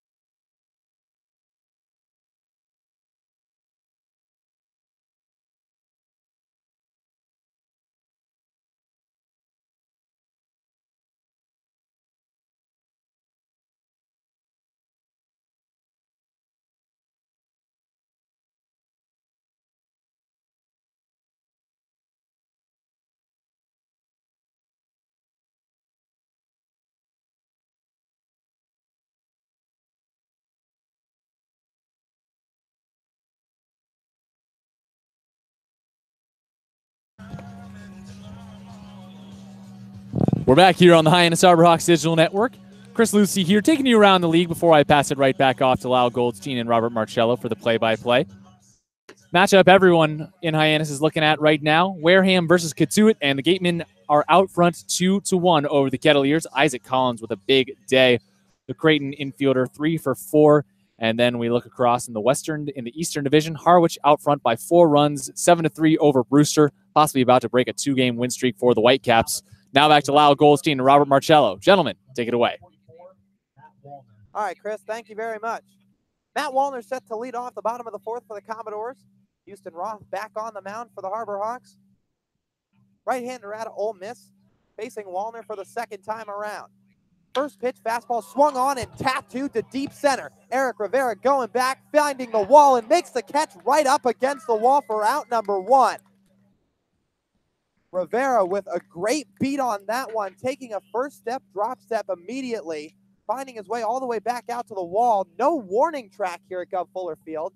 So extended that right hand to feel up against the wall, jumps up, makes the catch, back hits into the fence for a beautiful out number 1 and a long first out for Houston Roth. Great play there by Rivera. Now Roth's ready with the first pitch to Davis Sims. A breaking ball, misses high. As you said, it's probably difficult not having a warning track out there. So, anytime there's no warning track out there, you definitely have to be cautious to the wall. Roth's ready. Another breaking ball to Sims. This one catches the bottom of the zone for strike 1. But, Rob, you said it best. I mean, I think that's one of the biggest fears for any outfielders when you don't know the wall's coming. And Rivera having the awareness to reach out his right hand to feel out for that fence as Roth's next fastball missed downstairs for ball 2. Rivera actually hasn't played a whole ton in center field this season. Those voids have usually been filled by either Matthew Barefoot or Tommy Jew. We've usually seen Rivera at one of the corner spots. But a great play there. Top of the 4th inning, a big first out for Houston Roth. That next fastball to Davis Sims is on the outside corner for strike 2.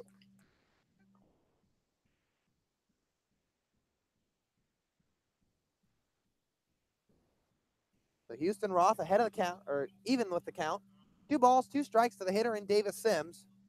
Sporting an 0 for 1 day. Now the pitch. Swinging a ground ball foul down the 3rd base line just to the left of the bag.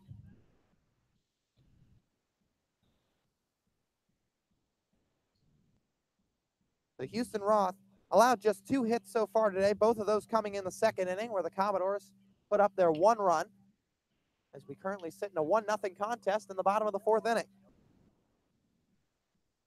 Roth gets his sign. Wind up in the 2-2, swinging a line drive foul down the third base line and into the bullpen.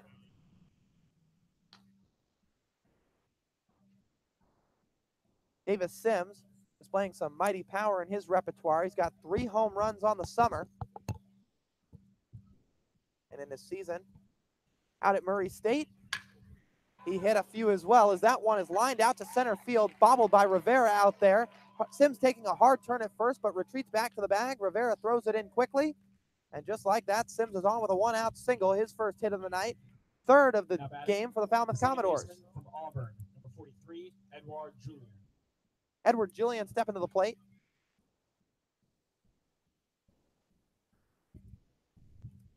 Julian so far today, 1 for 1, was responsible for the RBI single.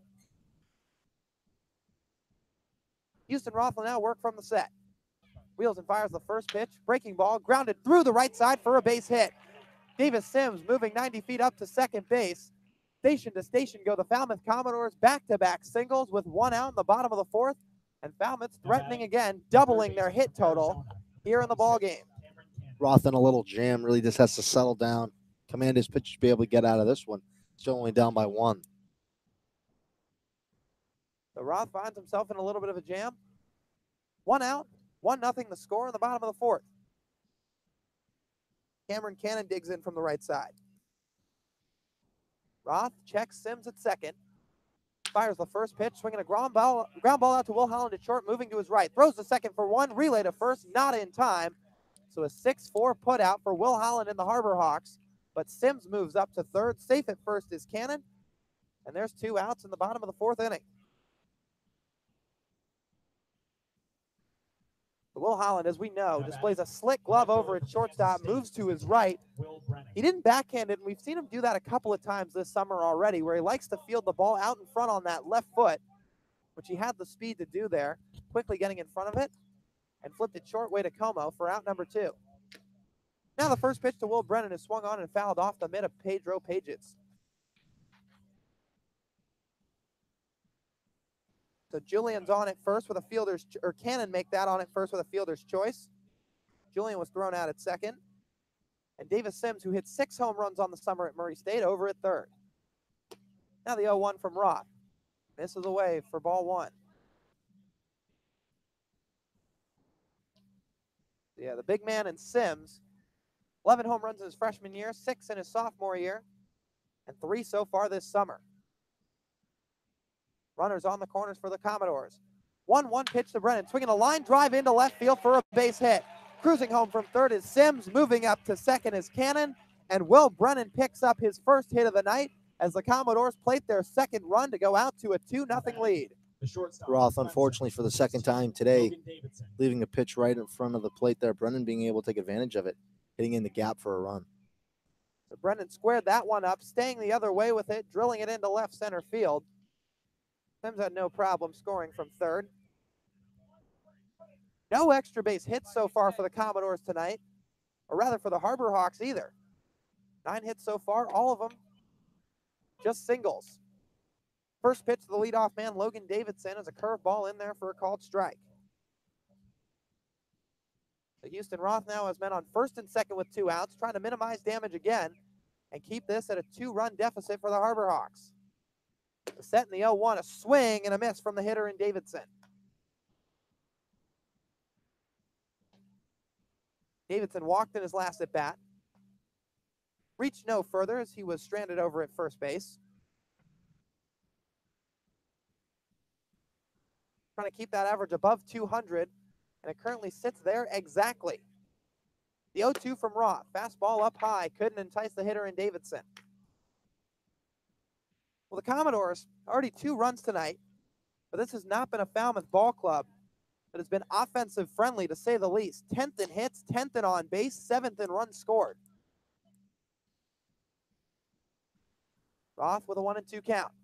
The set and the pitch on the way. Breaking ball, called strike 3, and Logan Davidson strikes out, looking for the second time tonight.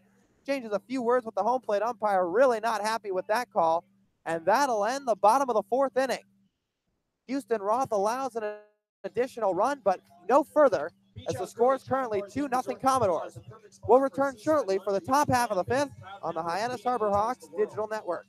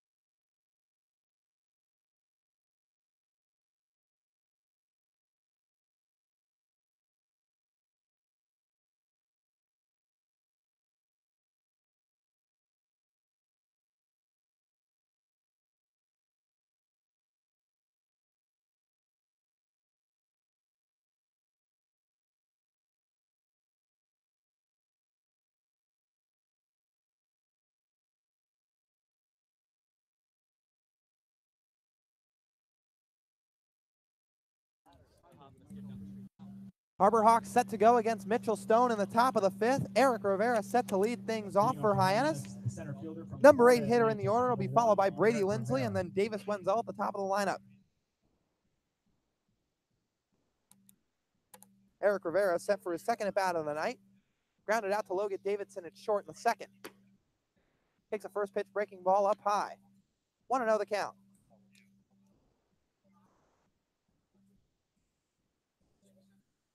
Rivera hitting just 154 as a leadoff hitter this summer. He takes another ball down in the dirt. 2-0 the count. The leading off the inning has not gone in Rivera's favor. He watched the fastball upstairs for ball 3. And the summer on the whole has been a little bit of a struggle for him as well. 188 average. But his shining moment came at home against the Brewster Whitecaps with a walk-off single back in the first week of the season. The 3-0 for Mitchell Stone is taken at the letters for strike 1.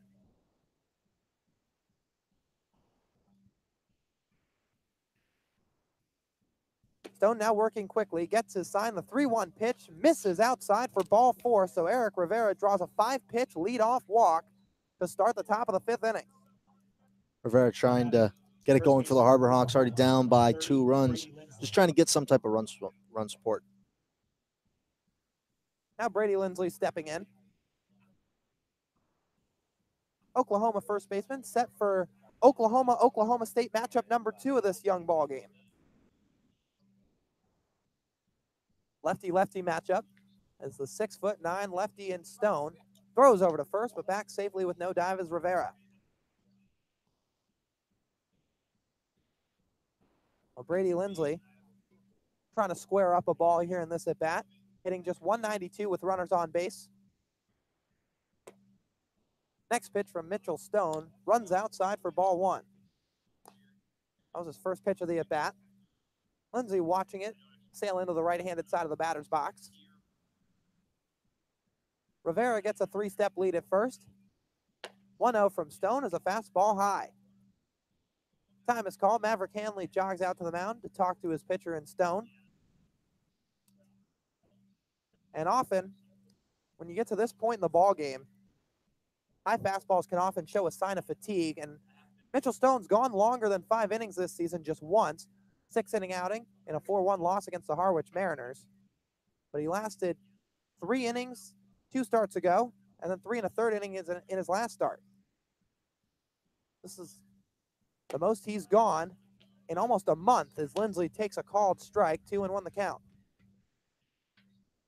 6 1/3 combined innings in his last 2 appearances.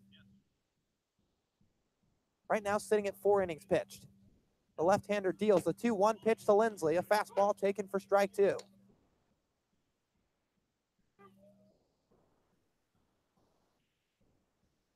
Brady Lindsley looking to pick up his 9th hit of the summer. Middle infielder's playing up the middle. Stone ready with the 2-2, a ground ball right to Logan Davidson at short, fields it glove side, tosses to second for 1, relay to first, and it's in time for a 6-4-3 double play. Just what the doctor ordered, a twin killing for Mitchell Stone to put 2 outs on the board in the top of the 5th.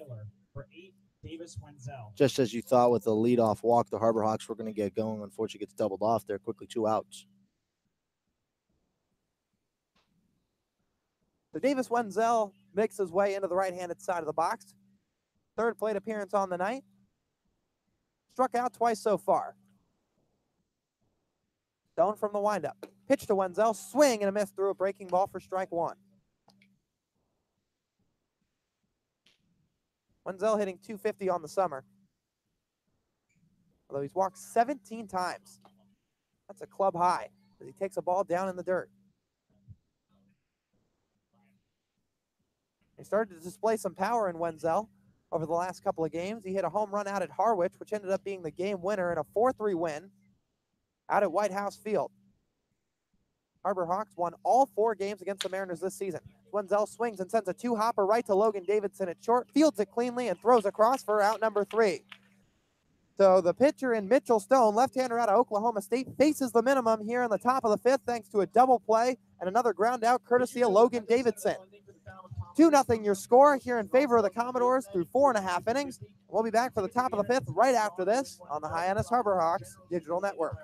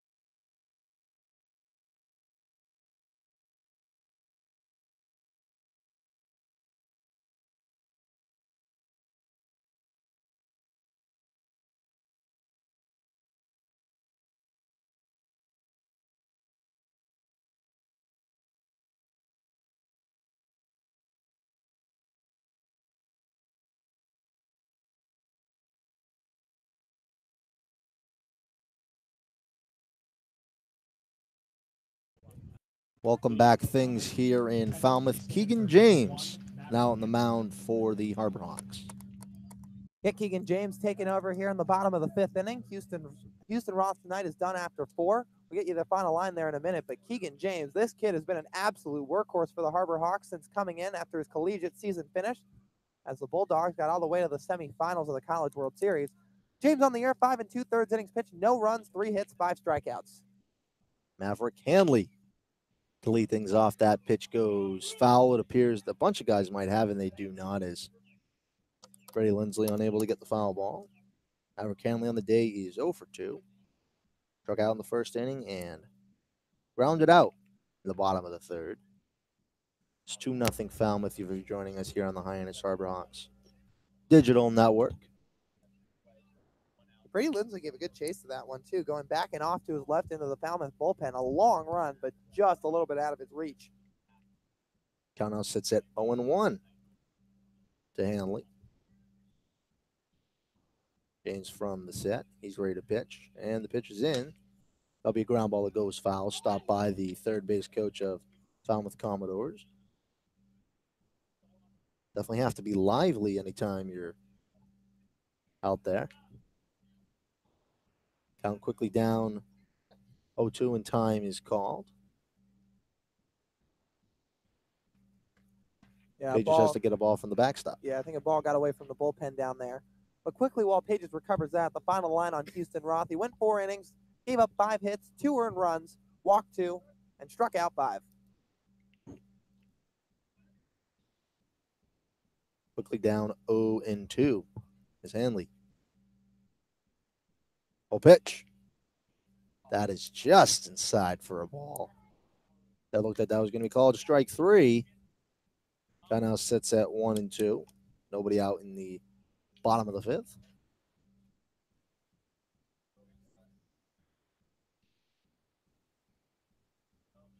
One-two pitches in.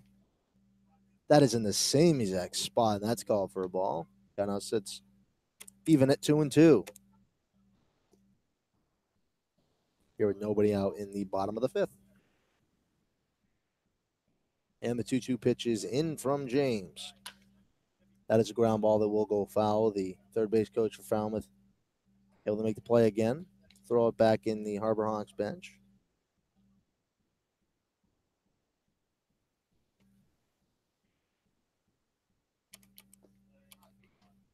Here now the count still sits at 2-2. Nobody out in the bottom of the 5th.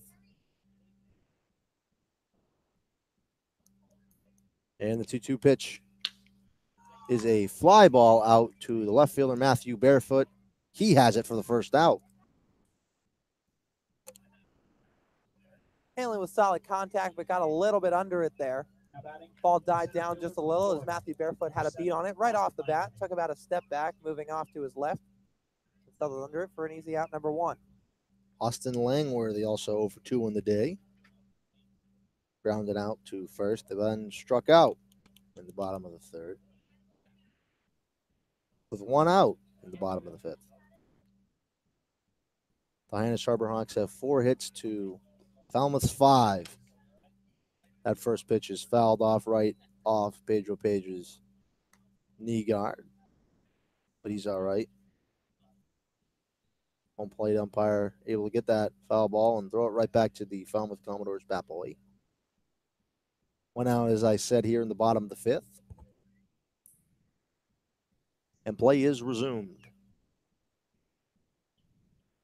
0-1 pitch into Langworthy. That pitch goes right off Pedro Page's glove. Goes foul. Light's starting to come on here in Falmouth.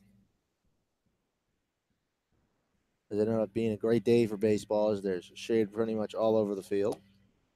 That next pitch is just outside for a ball. Lands on the outside part of the plate. Got now at 2-1.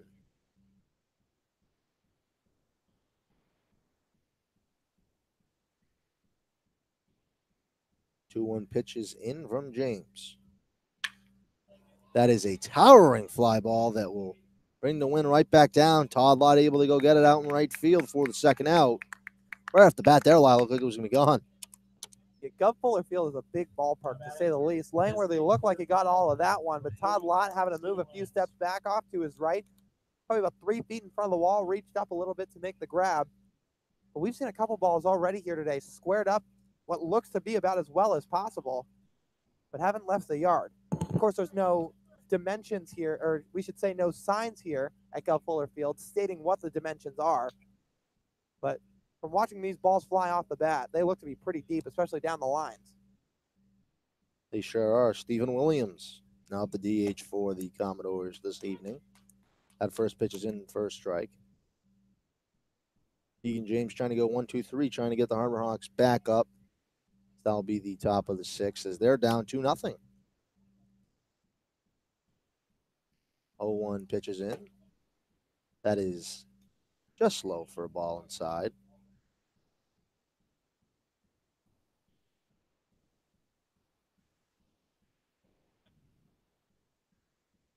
Count now sits at even 1-1. 1-1 pitch in from James. That is called a strike right down the heart of the plate, just inside, right around Holmes' belt buckle. Counts in James's favor at 1-2. Trying to keep this just at a 2-run deficit here at 2-0. 1-2 pitch. That is in for a ball just outside. They looked at that was going to be called strike 3. James Semi went off the mound. Count is even at 2-2. 2-2 pitch. That is a laser down the right field line. It will be foul. There just lands right past the white chalk and the right field line, as it is bright sunlight out there down the line in right field. And it's just about the only part of the ballpark that still has the natural sunlight. The lights here are starting to come on here at Gov Fuller Field, but still a bright day. Could probably still be roughly around 30 to 45 minutes before the sun really starts to set and the overhead lights come on even brighter. Count now still at 2-2. 2 outs in the bottom of the fifth. 2-0 Falmouth. 2-2 pitch. That pitch is outside. For ball, count now sits at full 3-2. Everyone playing at their regular depth. Here, Keegan James trying to go 1-2-3 in the bottom of the fifth.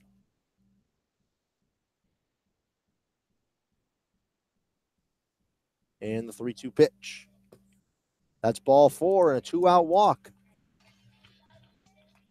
Surrendered, and now James has to work with people on base.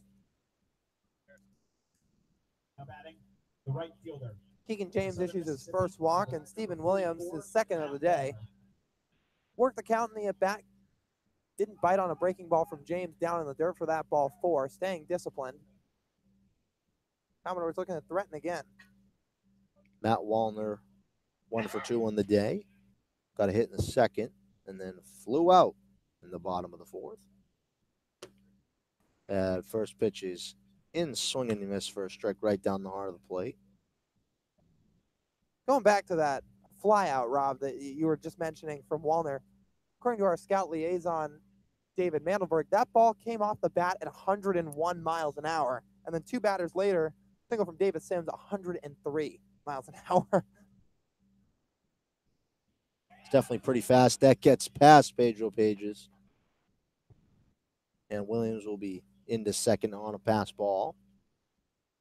And that was the final inning of work from Houston Roth. Now, he kept his team in the ball game. Overall, a good start. 4 innings, 2 earned runs. But maybe Chad Gassman starting to see the same thing that we were, more that David was, and that he was starting to get knocked around a little bit. And it was time to go to the bullpen. And here's Keegan James, who's been pretty effective so far. He's gotten 2 flyouts and yet to let up a run this season. And now they're just going to put him on as they're going to intentionally walk Wallner. Davis Sims up next for the Commodores, and he will definitely bat here.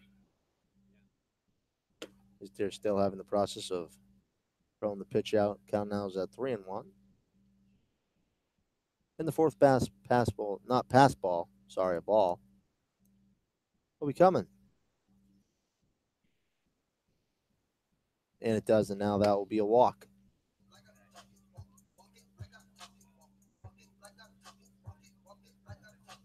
Here now, Chad Gassman coming out to speak to Keegan James.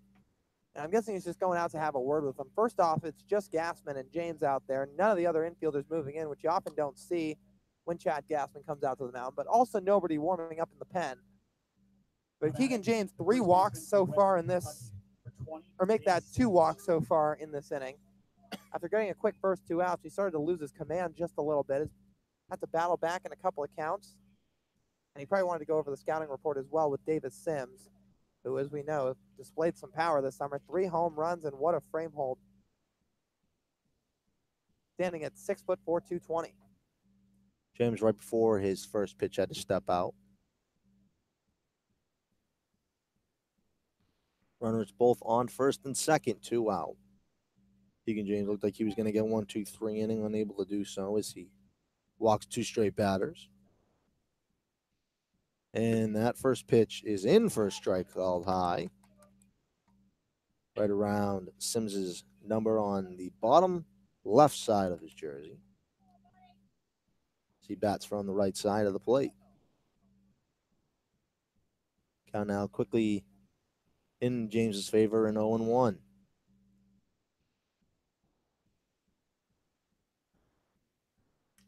One pitch into Sims. That is a laser that will get right up the middle, and a run will score. It is now 3-0 Falmouth. Sims with an RBI single. Second hit of the night for Davis Sims, his first RBI. 3rd run scored for the Commodores, and they're not doing it in heavy fashion. They're not, they're not doing it like with all the limelight or anything like that. They're not spraying balls all over the field. They're not racking up extra base hits left and right. All 6 of their hits have come off singles, so they're not being particularly flashy was what I was trying to get at. But they're getting the job done. 3-0 here as Hyannis is yet to muster up any offense. Keegan James allows his first run of the summer. Edouard Julian. Now up, he is 2 for 2 in the day. That first pitch gets past Pedro Pages. The runners will advance. So now there'll be runners both in scoring position, already down 3-0. And Keegan James really trying to battle back, get back to where he was in those first 2 at-bats where he got a couple of flyouts. Still nobody warming up in the bullpen, so Chad Gassman opting to stay with his right-hander and James to try to finish the inning at least. Try to prevent any further damage. And the pitch is in for a strike. Hyannis sets it even in 1-1, 2 outs. Runners at second and third. Falmouth, though, is up 3-0. You're just joining us here on the Hyannis Harbor Hawks Digital Network.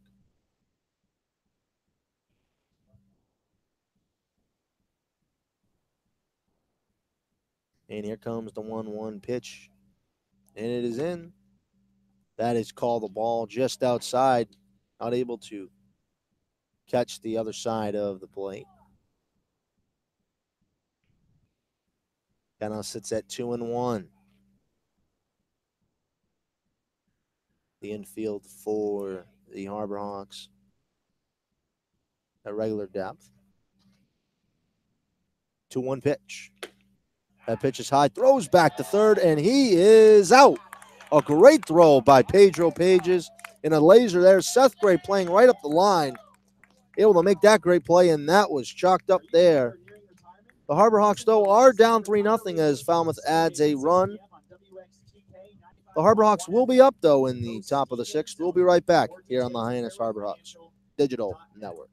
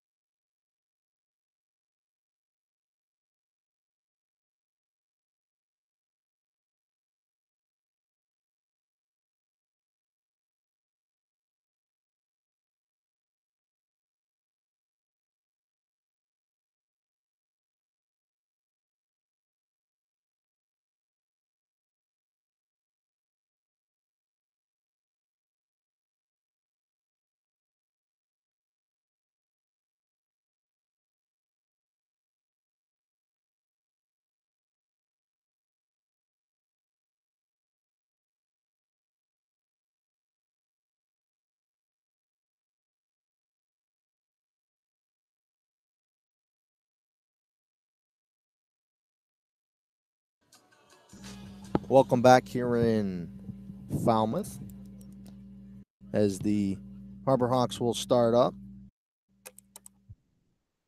Braden Como to lead things off in the top of the sixth. There is a new pitcher for Falmouth.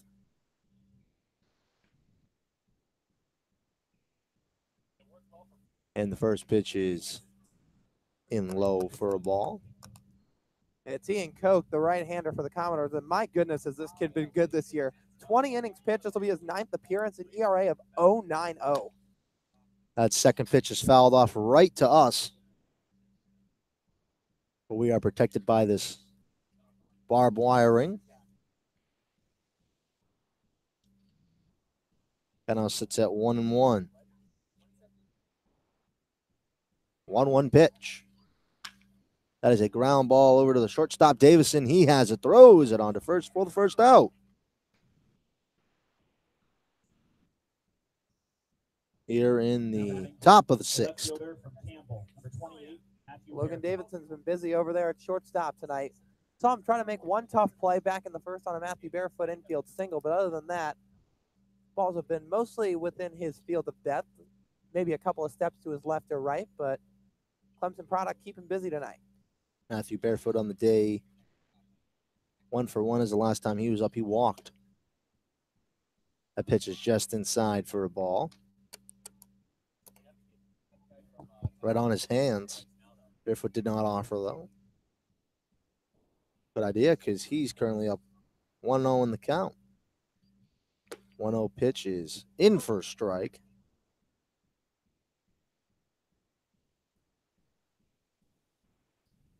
Definitely just cooled off a little here in Falmouth as when we first got here. It's pretty warm. 1-1 pitch. That is called for a strike. Now down in the count, 1-2 is Barefoot.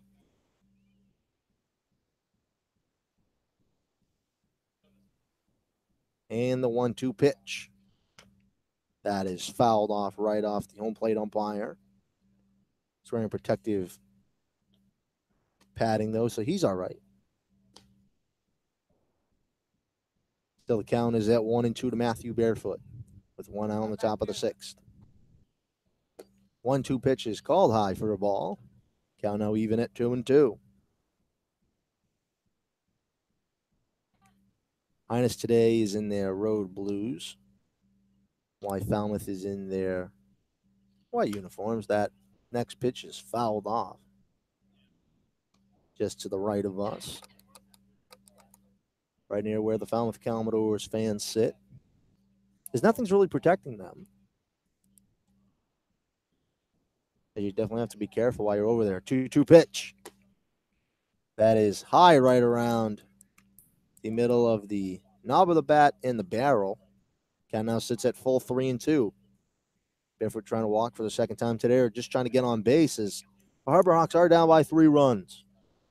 3-2 pitch sends it foul, and it will land right in between the sections here at Guy Fuller Field.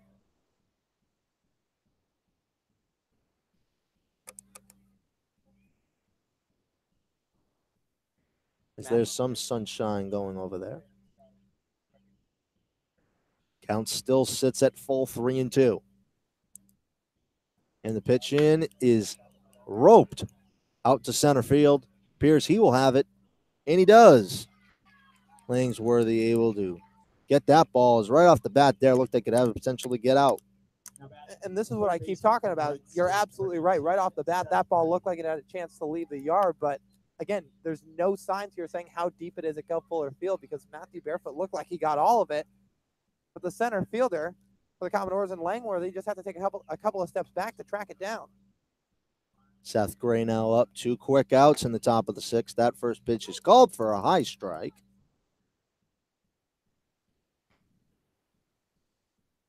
Here quickly down, 0-1 in the count is Seth Gray. 0-1 pitch. That's a pitch low in the dirt for ball 1. Count now even at 1-1. 2 outs in the top of the sixth. Falmouth is currently up 3-0. The Harbor Hawks trying to get something back as they're trying to cut down this deficit. Coming in today, they are 14-8-2. Why? Falmouth is one game below 500 at 12-13-1. And the 2-1 pitch into Gray is called for a strike just on the outside part of the plate.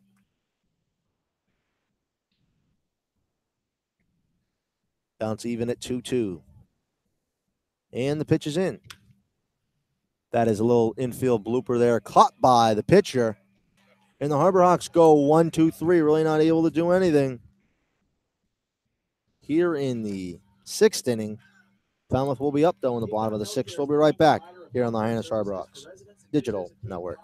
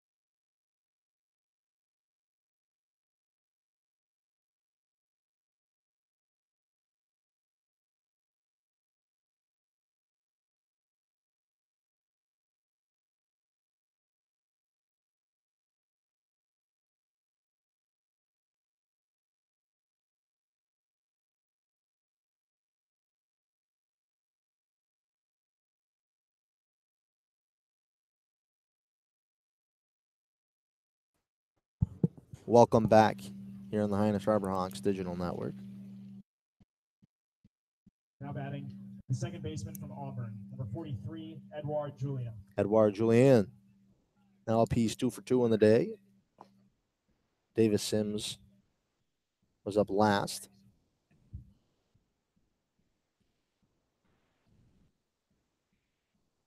And the first pitch to Julien is called for an outside strike.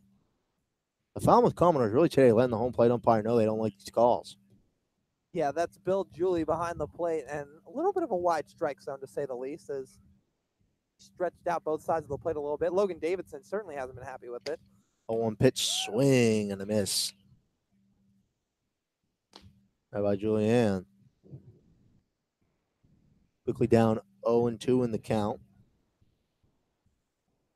Harbor Hawks currently down 3-0. 0-2 pitch. That is a fly ball out to Matthew Barefoot. It appears he has it through the shade, and he does for the first out in the bottom of the 6th. Trying to fight off this bright lights here in Falmouth. Absolutely. Is that one, Rob? It was sent really high in the air out to left, but Matthew Barefoot had to move a couple of steps over to his right, right toward the line. Made the easy catch, and he's been pretty busy out there tonight. He sure has. Cameron Cannon now up, and Chad Gassman appears to relieve Tegan James. Everyone really just meeting out in and it looks pitching like area. Yep, and he's going to make a change. Yeah, you're right. And it looks like it's Parker Towns getting loose in the pen, the right-hander from Dallas Baptist. And it is Parker Towns. He'll be now pitching for the Harbor Hawks, but we'll take a quick break. We'll be right back here on the Hyannis Harbor Hawks Digital Network.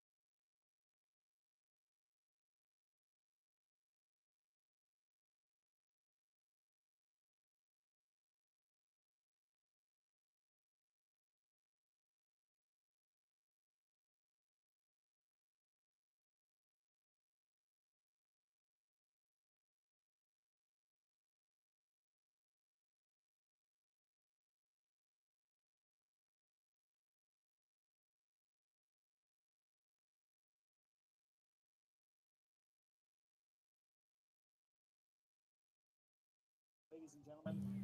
Now pitching for Hyannis. Welcome back here on the Hyannis Harbor Hawks Digital Network. 24, Parker Now on the mound is Parker Towns from Dallas Baptist.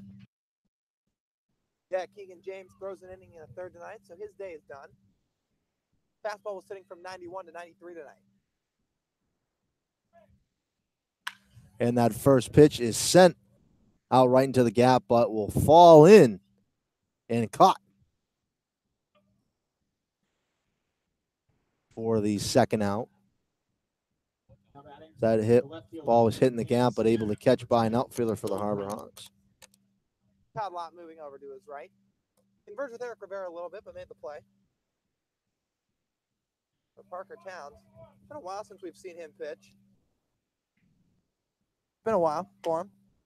And the first pitch is in for a strike to Will Brennan.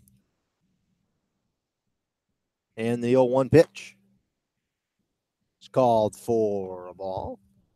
Down now even at 1-1. Well, Towns making his 6th appearance on the year through 5 2/3 innings, 4.76 ERA. And that next pitch is in for a strike. Brennan bending his knees a little bit. Down now at 1-2. 2 outs in the bottom of the 6th. And the 1-2 pitch.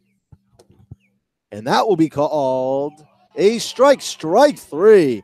There, the Falmouth Commodores bench does not like that one. The Harbor Hawks able to go 1-2-3 defensively. Get the guys going here in the top of the 7th. But they're currently down 3-0. We will be right back here on the Hyannis Harbor Hawks Digital Network.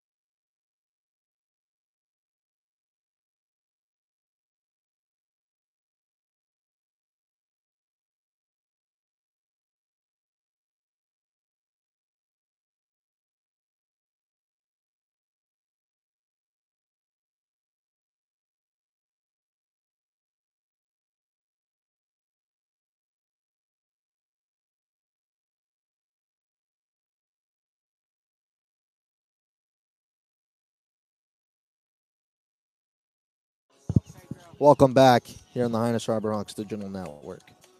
Lead off for the Harbor Hawks on the top of the 7th is Pedro Pages. Same pitcher out on the mound for the Commodores. Todd Lott on deck.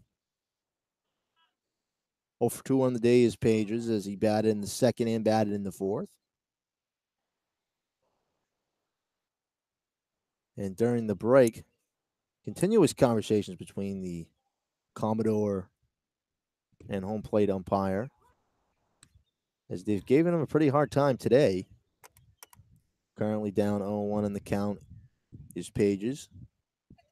Couch still on the mound for the Commodores.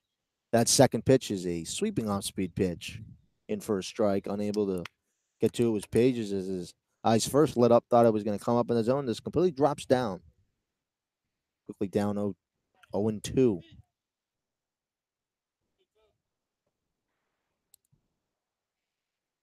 0-2 pitch. Swing and a miss. Strike 3 is Pages.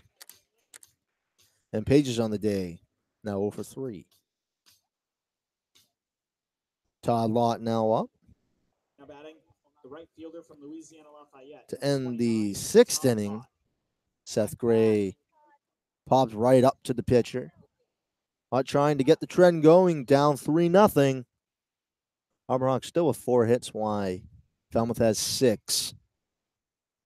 And the first pitch into Lott is a ball, low. Ball one.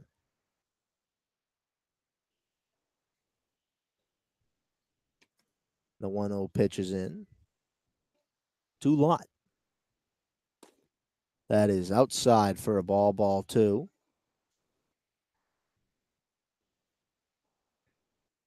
Currently now up in the count 2-0 is Todd Lott. And the 2-0 pitch. That is another ball in the dirt. Count now at 3-0.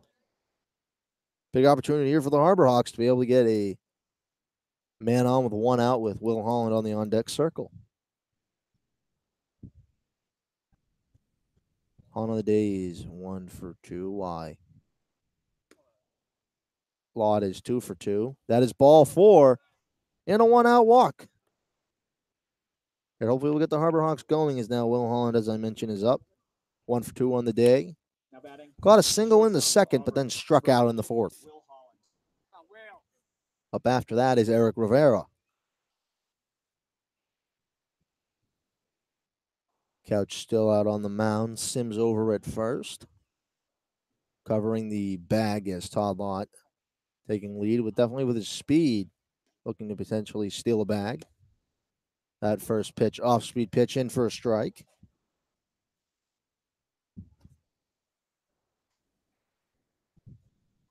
Will Holland, an Auburn Tiger. First went to Team USA, but then was sent back here to Hyannis. Excellent defensively. And quick speed for sure. His average is very good. He struggled here to start his Cape League season, just trying to settle in. 0-1 pitch that throws back to first. And he will be safe. There, Todd Lott sleeping on the base pass there, almost got thrown out. But Sims did not apply the tag fast enough. Hanley unable to throw over fast enough.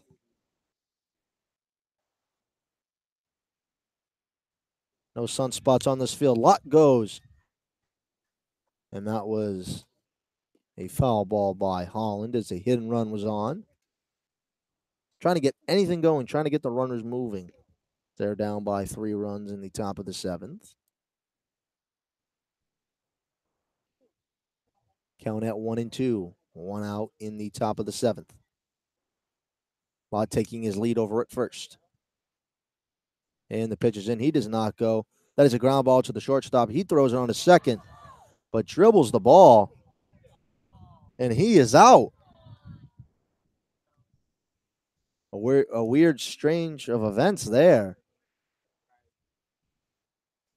Lott slid into second, looked clearly safe. The center fielder from Florida Atlantic, number 1, Eric There.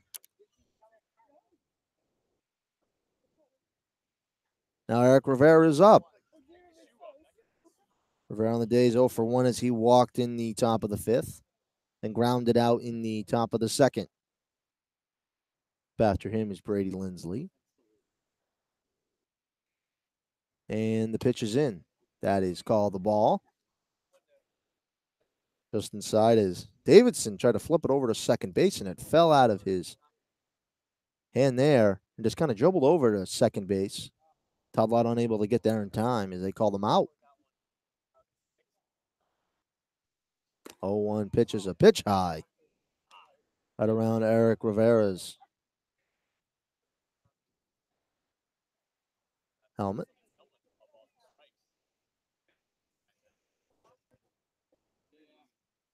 And the 2-0 pitch is into Rivera. That is in for a strike called high. 2 outs though in the top of the 7th.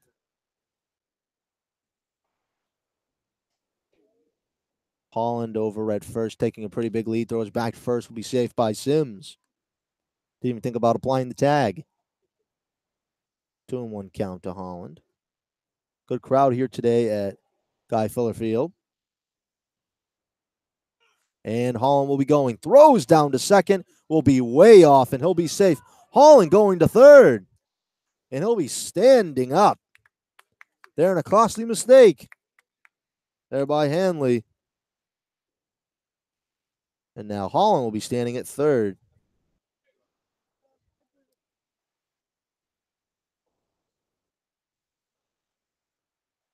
Rivera's still up. Now the 2-2 count.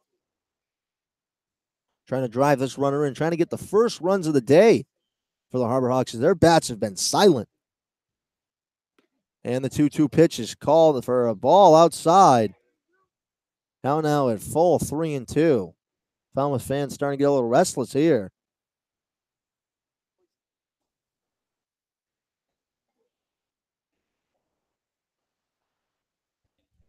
And a 3-2 pitch that goes for ball 4. Holland unable to get home. Now Brady Lindsley will be up. Here in a big spot with runners on the corners with 2 outs.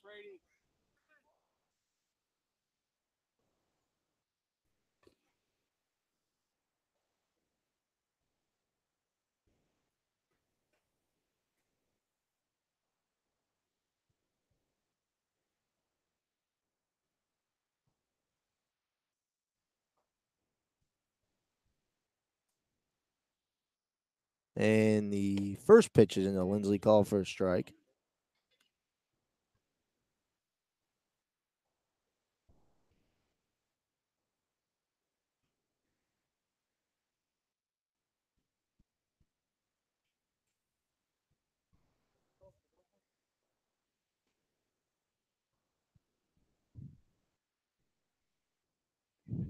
And the second pitch is in for a strike.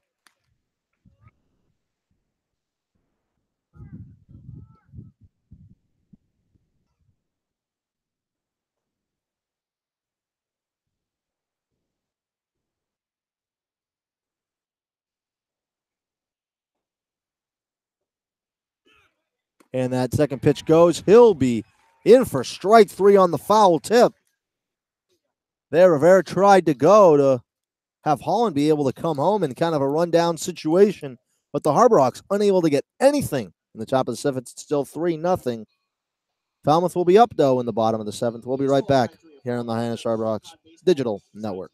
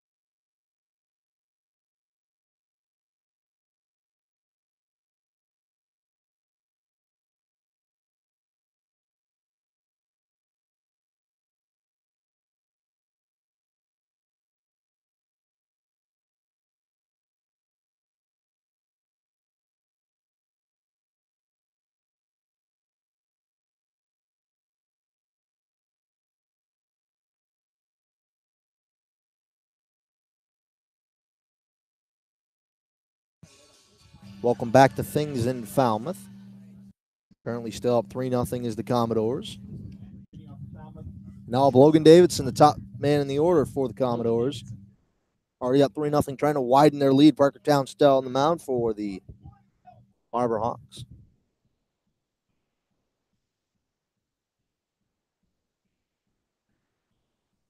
And the first pitch from Parker Towns is foul as Davidson tried to put a bunt down, but Seth Gray was not fooled as he played right in.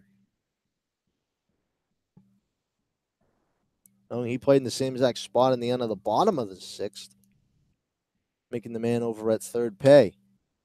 That next pitch is fouled off to the right of us here at Guy Feller Field. Harbor Hawks still have only 4 hits to the Commodores' 6, but they have an error.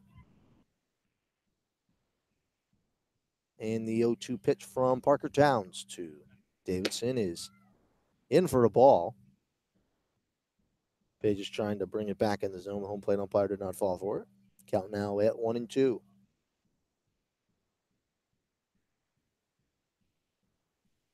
And the 1-2 pitch. Swing and a miss, that high fastball from Davidson for the first out in the bottom of the 7th.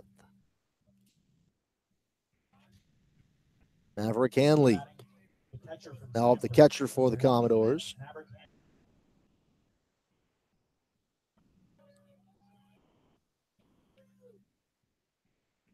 And the first pitch into Hanley is a swing and a miss. At that pitch, just low little outside. Hanley falling for it, though. Down in the count himself is 1-0. A swing and a miss again at that pitch. High. There, the Commodores really opening their eyes on that pitch. Is that the 5th or 6th time today that they've swung at that pitch? Cookie down 0-2. Parker Towns. 0-2 pitch. That is a pitch inside for a ball. But that was going to be called strike 3. Pretty inconsistent strike zone today from the home plate umpire. 1-2 pitch is in low for a ball. Count now at even 2-2. And the 2-2 pitch from Towns.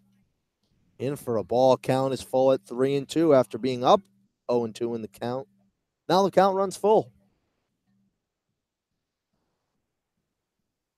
And the 3-2 pitch. That is ball 4 there, Parker Towns. Squanders a big opportunity to be able to get 2 outs. Jeremy now with a base. Man on base for center fielder from Austin. 7, Austin Langworthy.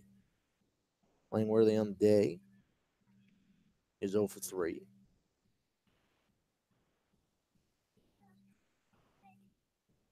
As he grounded out in the first, struck out in the third, and walked Sarhees 0 for 2 in the day. That's a fly ball out to Matthew Barefoot. He's able to catch it, throws it back into the field of play, but no one advanced. Stephen Williams now up, the DH for the Commodores. Still 3-0 here at Guy Feller Field in the bottom of the 7th. Coach Polk yelling something out on the field. Defense positioning or defensive play. That first pitch is in for a strike, that off-speed pitch, fooling Langsworthy.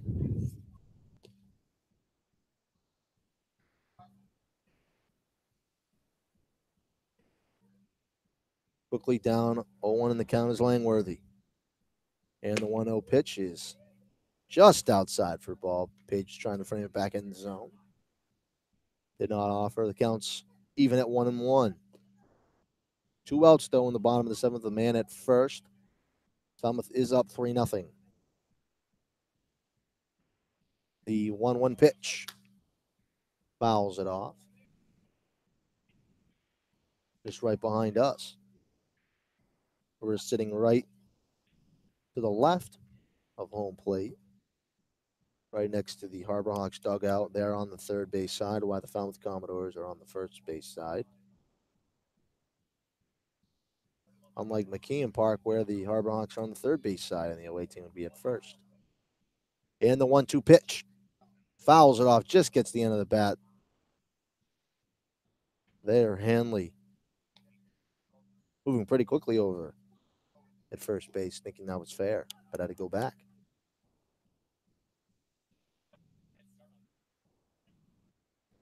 Still a 1-2 count to Langworthy.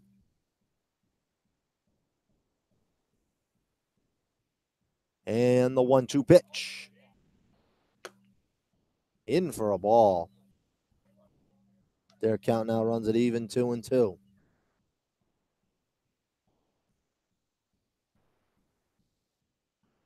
Our Rocks definitely have to get out of this one with still just a 3-run deficit if they want to come back. And the 2-2 pitch. That is a little liner that will get down in center field. The runner will not advance, though.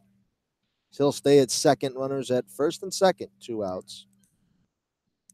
Here now for Now batting, the right fielder from Southern Mississippi, number 44. cleanup man in the Matt order. Wallner. Matt Wallner.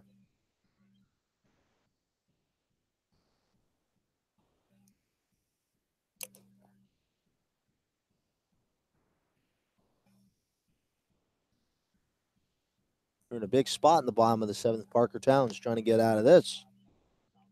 Only being down 3 runs. First pitch in from Towns is a ball low inside. On the run the day is 1 for 3. Some action going on in the Harbor Hawks bullpen, but no action in the Commodores bullpen. 1-0 pitch is a ball high. Count now at 2-0.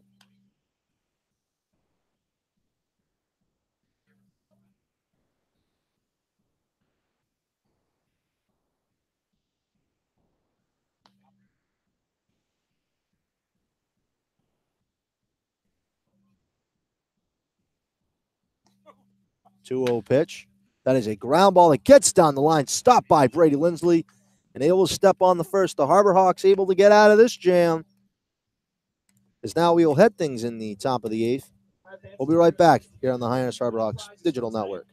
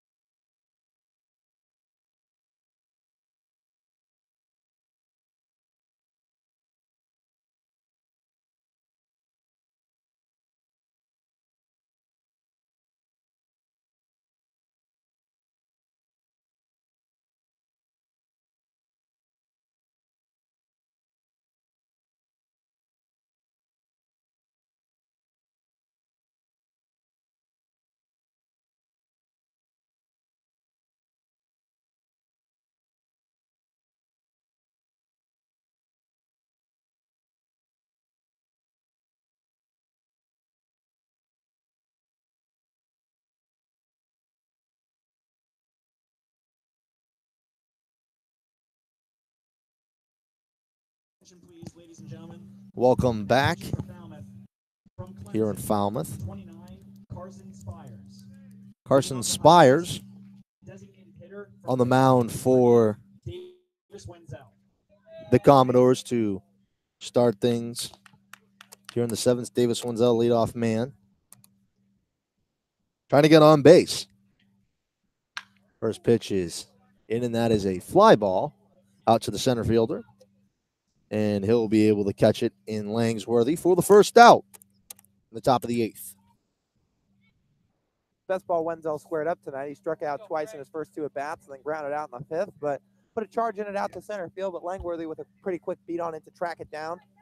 Not a lot of balls going deep into the gap or deep anywhere here tonight. There hasn't been an extra base hit in this ball game. Braden Como now up. He's 0 for 3 on the day. And that first pitch is in for a strike. Something we can say really a lot for the Harbor Hawks today because they only have 4 hits. And all of them singles. And it's more the same with Falmouth. All three of their RBIs have come off the singles. The other 4 hits as well. So it's really just kind of been a day of slap hitting and not playing the home run ball, trying to get it done with the small ball. 0-1 pitches in for a ball low. Count even at 1-1. Already halfway through the part of the season. That second pitch is swing and a miss. Sorry, that third pitch.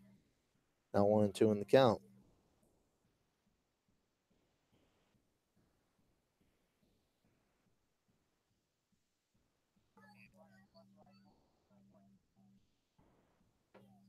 And the 1-2 pitch. That pitch is in the dirt there. Looked like it was going to hit Braden Como, but curves back in the zone, but ball's in the dirt. Count now at even at 2-2. And the 2-2 pitches in from Spires. That ball is low right around Braden Como's shoe tops. Count sits at full 3-2 with one out in the top of the eighth. Falmouth is up 3-0. The Harbor Hawks trying to cut down to this 3-run deficit. They're trying to grab a win on the road. They're currently batting with the Wareham Gatemen. In the Western Division, that is fouled off. Count is full 3-2. Lights fully on here at Guy Fuller Field. Pretty bright lights, for sure. They don't have to turn the fire light over there down the right field line because that's where they play football. And that is ball 4, a one-out walk. You're now up for the third man in the order, Matthew Barefoot. Barefoot's got one of the 4 Harbor Hawk hits today. That came in a single back in the first, but runner on, 1 out. Part of the lineup up for the Harbor Hawks. Matthew Barefoot, the right guy to get a rally started for sure. Came into the day hitting over 400, 397 as we speak. Also 408 against right-handed pitchers is average. And that first pitch is broken. Bat will get past the shortstop there and able to make the out. They're in a strange pair of events there. As that was trickled foul there, but part of the bat goes right into the Harbor Hawks dugout. Everything's okay, though. I think that's the biggest case of a broken bat we've seen all season. I mean, we've heard some bats crack, to say the least, and hitters will walk back to the plate in between at bats to go grab a new piece of wood. But Matthew Barefoot cracked that bat right in half, the head of the wood, going all the way down the third base line. Chad Gassman having to duck way out of the way. And a scary sight, to say the least. You see that a lot in the major league level, Rob, but we haven't seen a whole lot of that this summer. Seth Gray now up. That first pitch is inside right around Seth Gray's knees for a ball.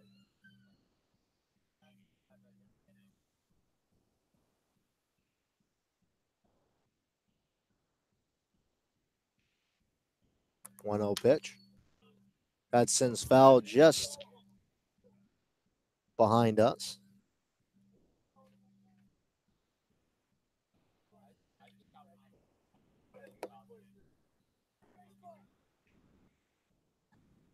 One-on-one count, even man at first, though, is Matthew Barefoot. It's his bat broken half. Getting a fielder's choice. Throws back to first. Not even a tag by Sims.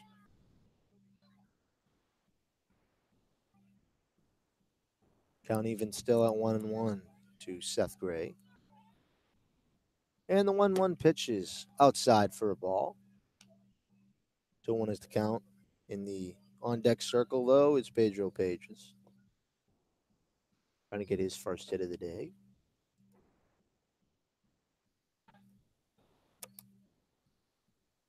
Two-one pitch.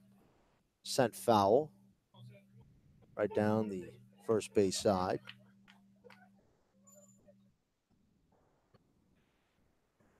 Nice sunset right over the right field wall here at Guy Fuller Field. Beautiful day for baseball, really, Lyle. Not a lot of wind. It was pretty warm. Absolutely. 2-2 pitch. Swing and a miss. Strike 3 at that off-speed pitch. The Harbor Hawks silent once again in the top of the eighth. They're currently down by 3 runs. It is 3-0. Falmouth will be up in the bottom of the 8th. We'll be right back here on the Hyannis Harborhawks Digital Network.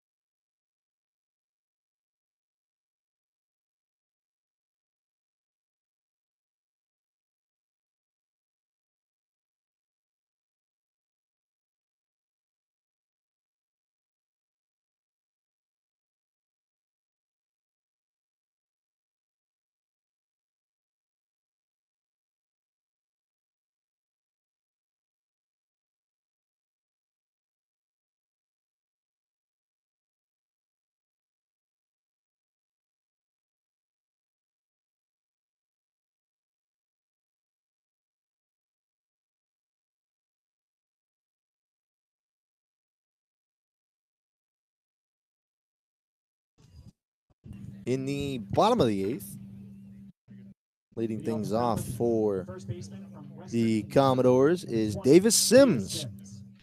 First baseman today for the Commodores. Speaking of the Commodores, they're up 3-0.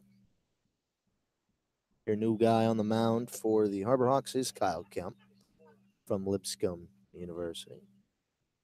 Their Pedro, basketball team this year made it to the NCAA tournament. You're right, they did. Absolutely. I'm pretty sure they lost in the first round, did. but To North Carolina. you're right. But you always like to see those small schools, you should say. Absolutely. The underdog stories. But Kyle Kemp on the baseball team at Lipscomb, reporting a 4.15 ERA this summer. As the day for Parker Towns is done. Kemp missed with that first pitch high to Sims, but Towns an inning and 2/3, 1 hit, no runs, 2 strikeouts as well. Probably his best outing of the summer up to this point. Sure was that. Next pitch is in for a ball. Count now sits at 2-0 to Davis Sims. 8:23 is the time here. This game moving on pretty quickly. That next pitch is sent high in the air and will be foul. Yeah, that one a towering fly ball getting up to the heights of the light tower. Will Holland and Seth Gray both gave it chase, but sails into the woods out there. For Kyle Kemp, the rest of his numbers this summer, 1-0 for the right-hander. To be his 6th appearance on the summer, thrown 4 1/3 coming into this appearance. 2 strikeouts and 3 walks.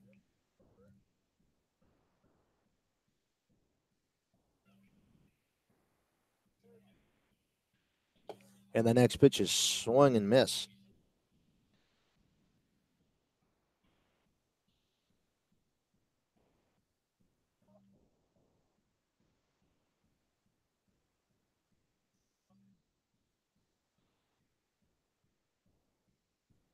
That next pitch is sent right to the center fielder by Rivera, able to go on and catch that one. Had to go a long way for the first out That one is here at the sinking. bottom of the 8th.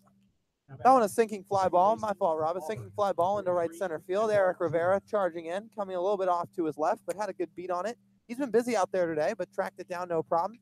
First out for Kyle Kemp in the 8th, and he's off to a good start. Sure is now up. Is Julian. Julian is 2 for 3 on the day. That first pitch is in first strike. Like I mentioned, Kyle Kemp is on the mound for the Harbor Hawks. Keno sits at 0-1. That next pitch is sent foul. Right behind the home plate here. A big backstop here at Guy Fuller Field. Kind of dips back after the start of home plate is. They made it that way. Pretty old ballpark, but definitely a great view of the baseball game. That next pitch is in for a ball. I think it was right down the heart of the plate. Not quite getting the call there from Bill Julie. Count out 1-2. And the 1-2 pitch from Kyle Kemp is in for a ball. Bounces way low. Pedro Pages had to get out of his regular catcher's position to be able to get that one. Kemp's only allowed any earned runs in one of his appearances so far this summer. That came back against the Gateman on the 30th. 2-2 pitch, swinging and missed. That nasty pitch by Kyle Kemp for the second out. Got him with some breaking stuff. Julian way out in front of that. Good to see Kemp retire him as he already had 2 hits on the day, like you mentioned. But Kemp blows by his first 2 hitters so far on the day. And how about Kemp, a former Katuitt Kettleer? Played there in 2017, also a little bit of time this season. Harbor Hawks picked him up, and the rest is history. Now up is Cameron Cannon. That first pitch is in for a ball. Quickly up in the count. 1-0 is Cannon. Cannon on the day, 1 for 3. That next pitch is an off-speed pitch in for a strike, right down the harbor plate. Counts even at 1-1.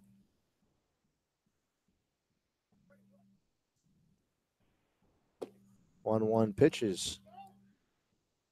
Outside for a ball there. Thought Chuck swung. Went over to the first base umpire. Said he did not. So the count's at 2-1. 2 outs, though, in the bottom of the 8th. That next pitch is a swing and miss, that high fastball. Kemp whizzing it by him there. Cannon, when he first saw the pitch, his eyes lit up. Saw it rising up, unable to hit it. Count now at 2-2 even. With 2 outs in the bottom of the 8th. 2-2 pitch. That is a ground ball to the second baseman, Braden Como. He throws on to first and is able to get it. Kemp able to come out of the bullpen, go 1-2-3. The Harbor Hawks with potentially their last at-bats here in the top of the 9th, trying to come back down from 3-0. We'll be right back here in the Hyannis Harbor Hawks Digital Network.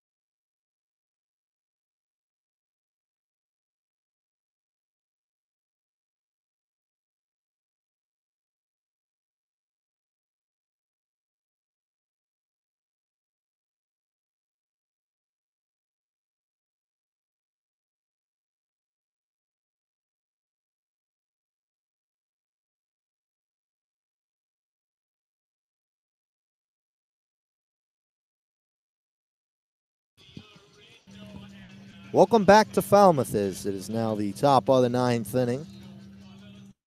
Anything's off to hopefully a good start will be Pedro Pages. Here, new pitcher for the Falmouth Commodores. Jack Little goes to Stanford. Jack Little comes into the day. 0-1, 4.15 ERA. This will be his 5th appearance on the summer. Already saved 2 games for the Commodores. Struck out 8. Hasn't issued a walk. Right-hander from Stanford. And to get ready to start the top of the 9th inning, the pitch is in. Call per strike. Pages thought about swinging it, but brought his bat back. It still would have been a strike anyways. On the on-deck circle, though, is Trevor Hauver. So that will be probably the day for Todd Lott.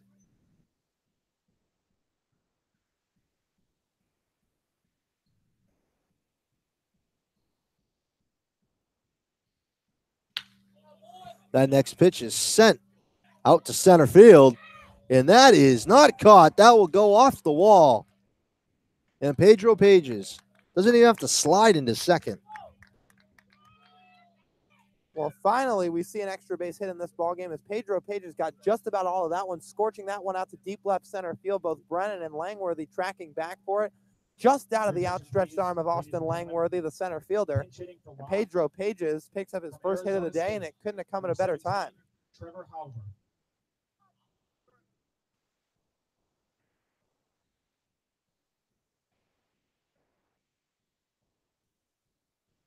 Now up in the pinch hitting role is Trevor Hauver. So that'll be the day for Todd Lott. And that first pitch is called outside for a ball. To my understanding, Lyle, that's the first extra base hit of the day for the Harbor Hawks. It is, and it probably comes off the most surprising guy in Jack Little, who was arguably the best closer in the country this season. 0.69 ERA, 15 saves. That next pitch is high now, up 2-0 in the count. Trying to get a rally going for the Harbor Hawks. They're down by 3 runs. And the 2-0 pitch. Swing and a miss there by Trevor Hauver. He definitely liked that pitch. He was sitting dead red. He got a fastball out over the plate, just swung a little bit underneath it.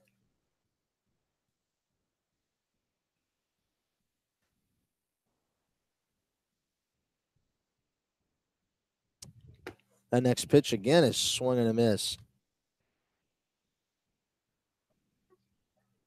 There the count now sits at even 2-2.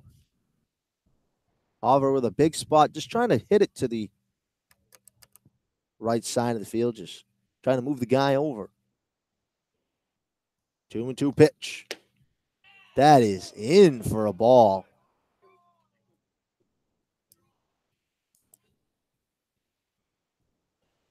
Count sits at full 3-2.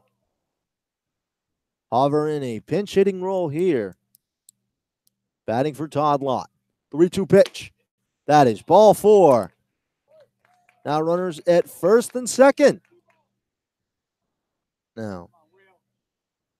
Something might be brewing here, Rob. Definitely might, as now Will Holland is up. The leadoff circle is Eric Rivera. Hauver working a good count in that at bat. Swung at 2 pitches that he liked. Fastballs from Little. Couldn't quite come up with them. Falls behind 2-2. Has a good eye. Watches the ball just outside. And takes another one way up out of the zone. And does exactly what you're supposed to do as a pinch hitter. A productive at bat. 2 runners on. Nobody out. And that first pitch into Holland. Gets down. It is down the line. 1 run does score. Another one right behind him, but does not go. It is now 3-1. And there'll be runners at second and third now. And big trouble brewing here for the Commodores. And, man, how about Will Holland? I mean, here's a guy coming into the at-bat hitting just .214, but we know this guy has a clutch pedal to him, and that's an understatement with every accolade he racked up at Auburn. And he comes through in the biggest spot he's had so far this summer. Runners on, nobody out. He ropes a double down the right field line, cruises into second, no problem with his speed. And with the blink of an eye, Rob, it was 3-0. Now the Harbor Hawks are a base hit away from potentially tying the game. Eric Rivera Now up he is 0 for 1 on the day. Fly ball out to center field. That run is going to come home. Throws over to third. It is now 3-2. Here in the Harbor Hawks. Able to come up big here in the top of the ninth. Now down only 1 run. And you know what? That's a really good at bat from Eric Rivera. A base hit probably would have tied the game, but with nobody out, that's a really productive out. Gets Hauber home from third. Speedy Holland still at second base. So a single has a chance to still tie this ball game up. Instead of Brady Lindsley, batting up now will be Adam Elliott.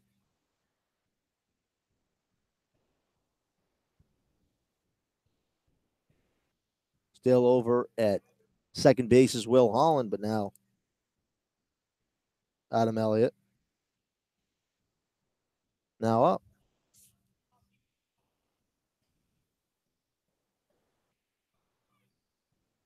That first pitch into Elliott is outside for a ball.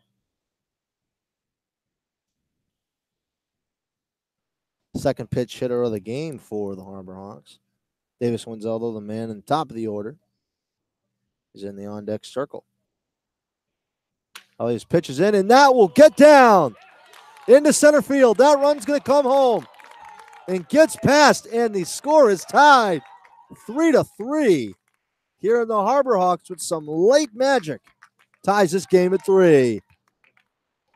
Well, how about that? The two-way player and Adam Elliott hasn't had an at-bat in what feels like has been a really, really long time, a matter of weeks. Comes in a pinch hit spot for Brady Lindsley and slaps a double the other way to left center. Holland scoring easily, and just like that, 3-run rallies tied this game up in the 9th.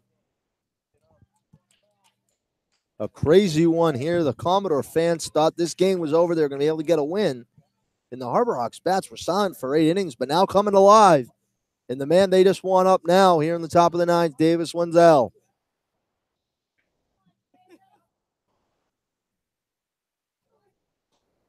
In a big spot here. That first pitch is in for a strike. Little, as you said, one of the best closers in all of college baseball. His ERA is pretty high, though, down here, and Harbor Hawks making him pay.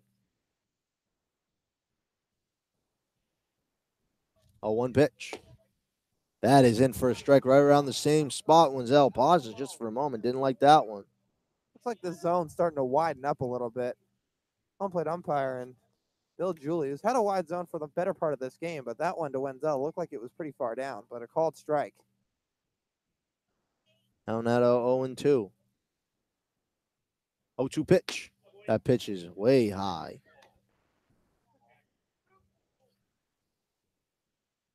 How about this, Rob? Do you know that hit from Adam Elliott was just his second of the summer? And that couldn't have come at a better time for the two-way player from Louisville. Well, if he could not, as it got past the center fielders, now he's able to be over at second. That next pitch goes way foul.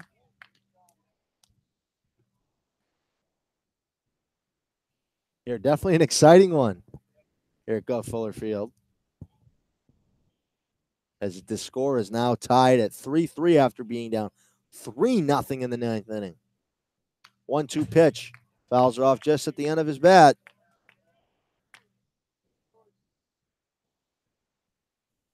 Things very interesting here. The crowd here in Falmouth silent as they're shocked by their Commodores. A lot of people probably left the ballpark today thinking the game was over. They're in for a rude awakening. 1-2 pitch. That is sent a little blooper right over to the shortstop and Davidson, and will be out as now Braden Como up. Now batting, the second baseman from Rice, number 9, Braden Como.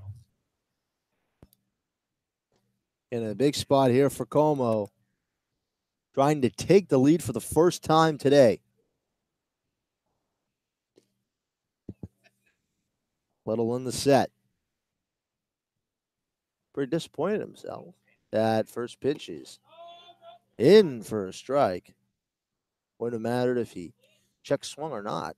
Right down the heart of the plate. And we keep talking about clutch hitting, Robin, things not being able to come at a better time. Braden Como's 0 for his last 11. Looking to break out of a slump here with a tie ball game. A 1 pitch. That is in for a strike. Eric Como didn't like that one. It is 8:40 p.m. here in Falmouth.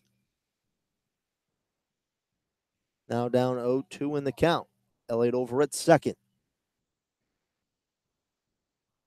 And the 0-2 pitch is in.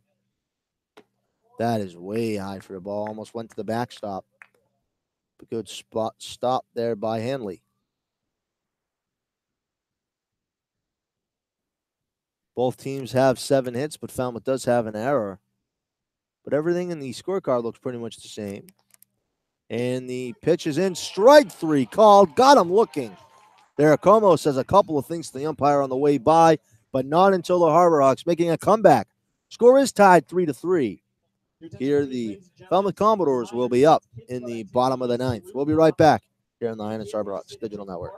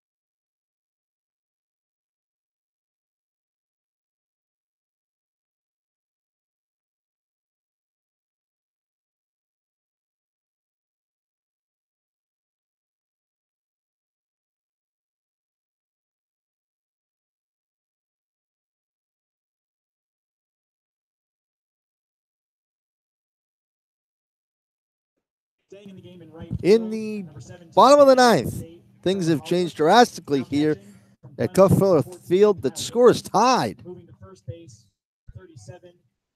3-3, and now behind the plate is Kyle Wilkie. And Pedro Pages moves out to first. Brady Lindsley's night's done. Trevor Hauber takes over Todd Lott's spot in right field. And the pitches outside for ball. Kyle Kemp still on the mound. Up the bat for the Commodores is Will Brennan. 9th man in the order, a swing and a miss. Count now is 1-1. 1-1 pitch. That is sent way foul. Just past the Harborhawks bullpen, but everyone's good down there. Count sits at 1-2. To Brennan. Kyle Kemp still on the mound, trying to get his guys back up to bat in the top of the 10th. 1-2 pitch. That pitch is way outside for ball.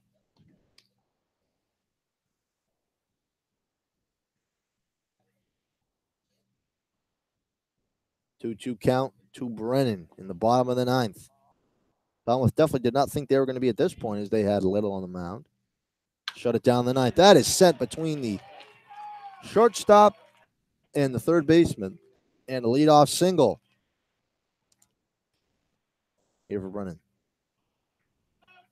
It takes a first pitch, or not first pitch, but first at bat, slaps it the other way from Kyle Kemp. It's the first hit he gives up on the night.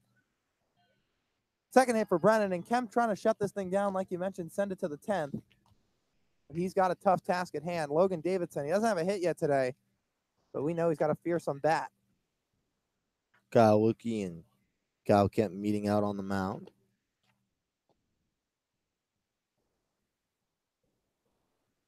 Falmouth now has 8 hits on the day. To Hyannis is 7. Many people staying behind here at Gulf Field and definitely making the good investment for sure, as this game has been good. Yeah, I mean, you mentioned it earlier, Rob. I don't think anybody thought with 3-0 the score going into the 9th inning and Jack Little coming on to get the save, that the Harbor Hawks were going to muster up 3 runs. Little, 4.15 ERA, but doesn't speak volumes to how great of a reliever he is. I mean, for as dominant as Dylan Thomas has been this summer for the Harbor Hawks, that was Jack Little at Stanford. He flat out dominated every Pac-12 team that stood in his way. He was the best closer in the Pac-12, maybe in the country, and has just been off to a little bit of a rocky start here on the Cape. Ron Polk now out to touch of the pitcher and his defenders here trying to figure out some type of game plan here. And a new pitcher is going to come in. We'll let him warm up. We will be right back here on the Hyannis Harbor Hawks Digital Network.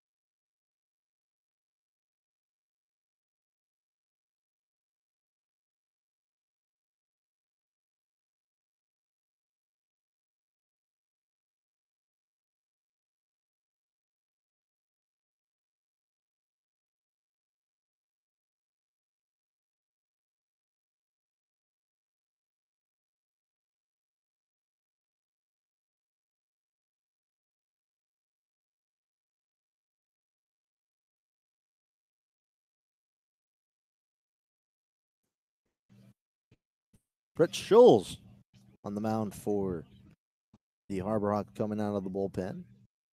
Trying to get us to the 10th inning, as Falmouth does have a man at first with nobody out in the bottom of the 9th. Logan Davidson, the leadoff man. Today 0 for 3 on the day. Has batted 4 times, though, as he walked. The last time he was up. Infield for the Harbor Hawks playing a double play depth. He's going to put a bunt down, and he does. That'll get over to second base, able to get it, and a great job by Seth Gray. Heads up defense, and that runner does not advance.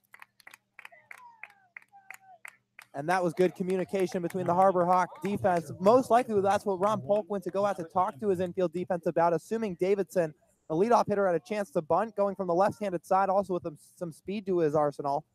But that ball punched pretty hard down the left side. Seth Gray fielded it pretty quickly, and a strong throw over to second base. And good chatter by the infield, yelling 2-2-2 to make sure he was aware that they had a chance to get the runner at second and Will Brennan. And a terrible bunt there by Davidson, but he's over at first. That first pitch is in for a strike. One out, man on first. A big play by Seth Gray there, being able to set his feet, throwing over to second. A great throw. A perfect throw, actually. And the 0-1 pitch throws back to first. He'll be safe. The Harbor Hawks with a late rally in the top of the ninth. Ties this game up at 3, trying to send it to the 10th, where they'll be up.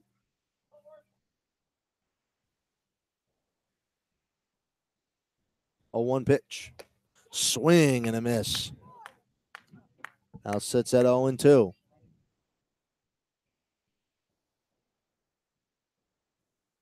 The crowd for the Harbor Hawks, though, staying is they went nuts on that play by Seth Gray.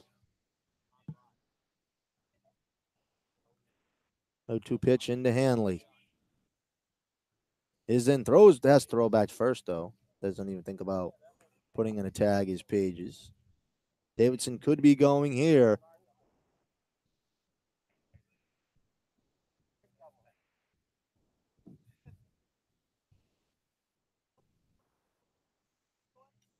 Oh, 2 pitch, but before that has to throw back to first in fear of Davidson going.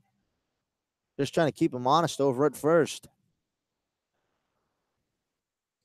0-2 count.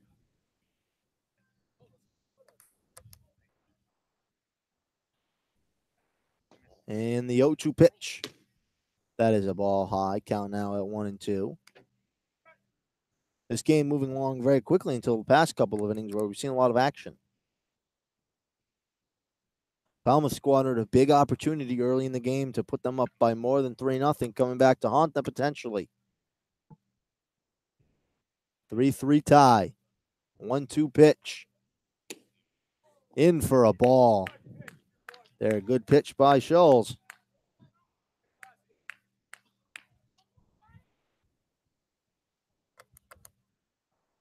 As this is an exciting end to a great game here today at Guttfeller Field. 2-2 count. Man at first, 1 out.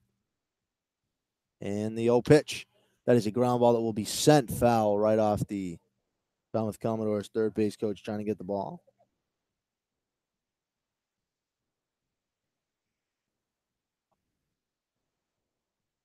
Count still at 2-2.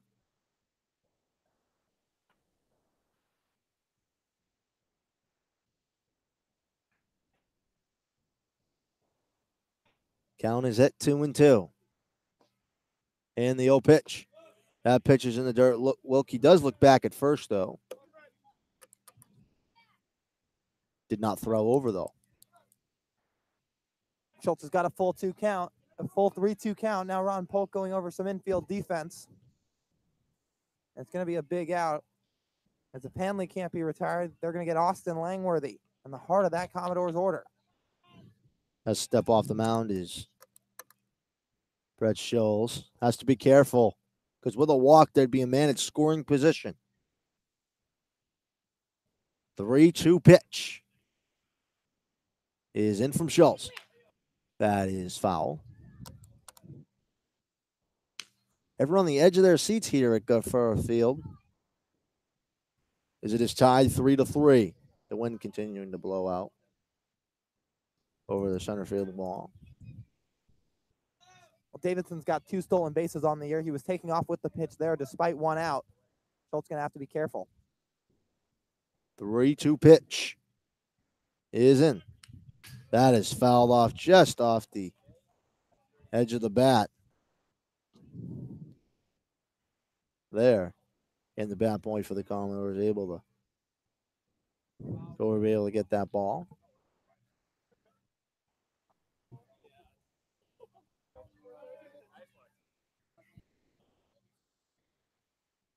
It is a 3-2 count. 1 out with a man at first. 3-2 pitch, but before that has to dive back into first is Davidson. There, this is a long at bat, Lyle. Absolutely. Hanley's fouling off a lot of pitches. Both sides want this win and need this win. Falmouth 5 points back of the Harbor Hawks, 7 back of the Gatemen. 3-2 pitch. That is a laser sent out to left field, and that is gone.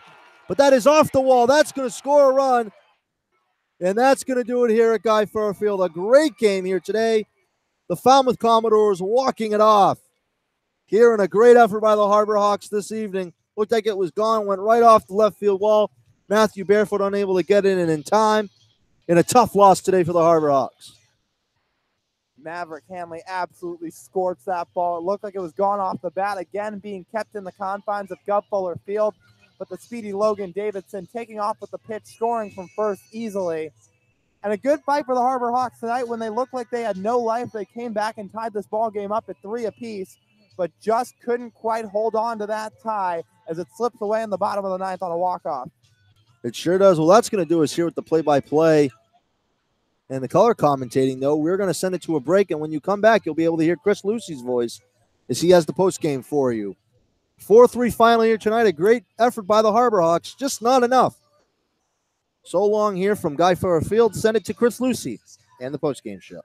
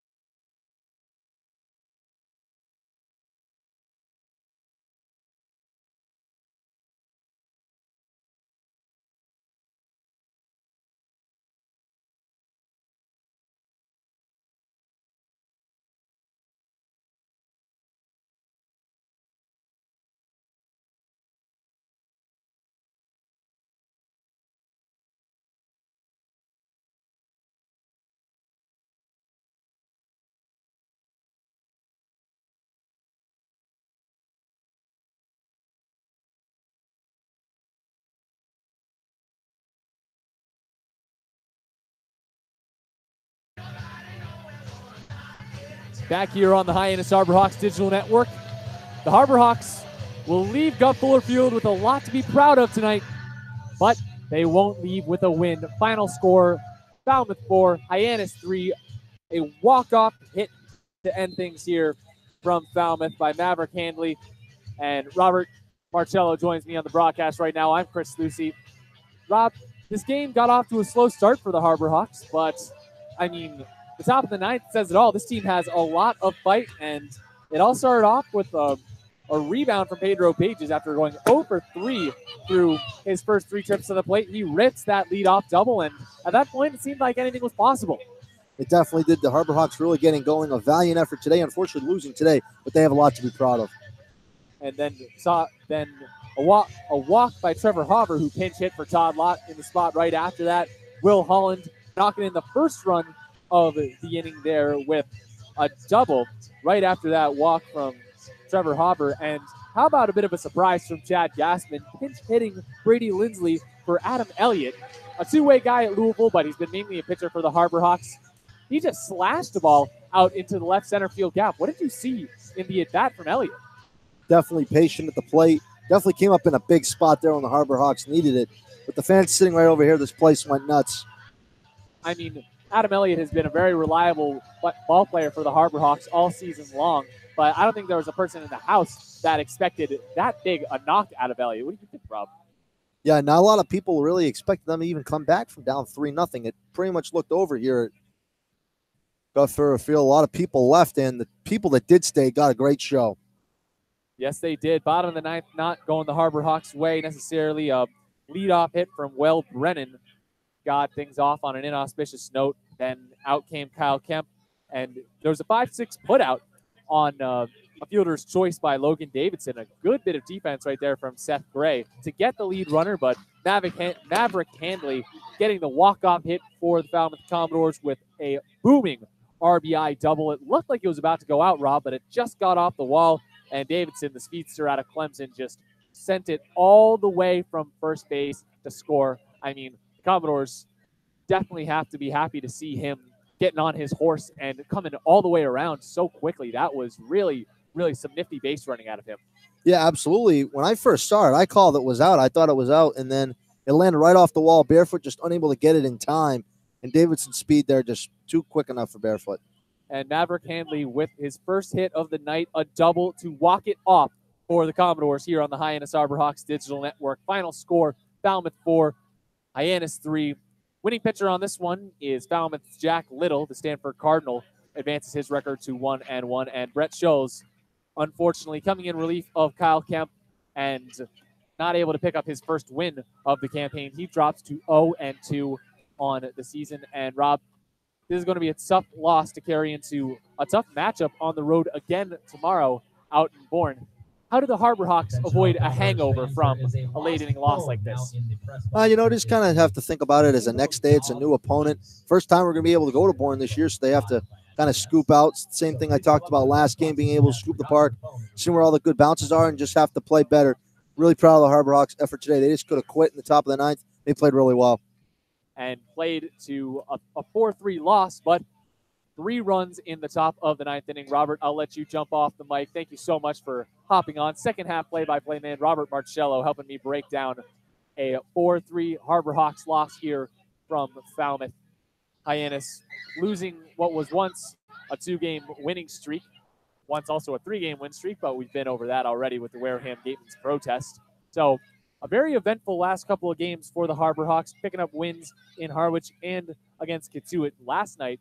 In Katuitt, against Katuitt, another come-from-behind effort for Hyannis, but another come-from-behind effort here, falling just short. I see Danny Terzer, Harbor Hawks sideline reporter, interviewing Adam Elliott, and that came up and knotted this game at 3 runs apiece in the top of the ninth inning with a pinch hit double.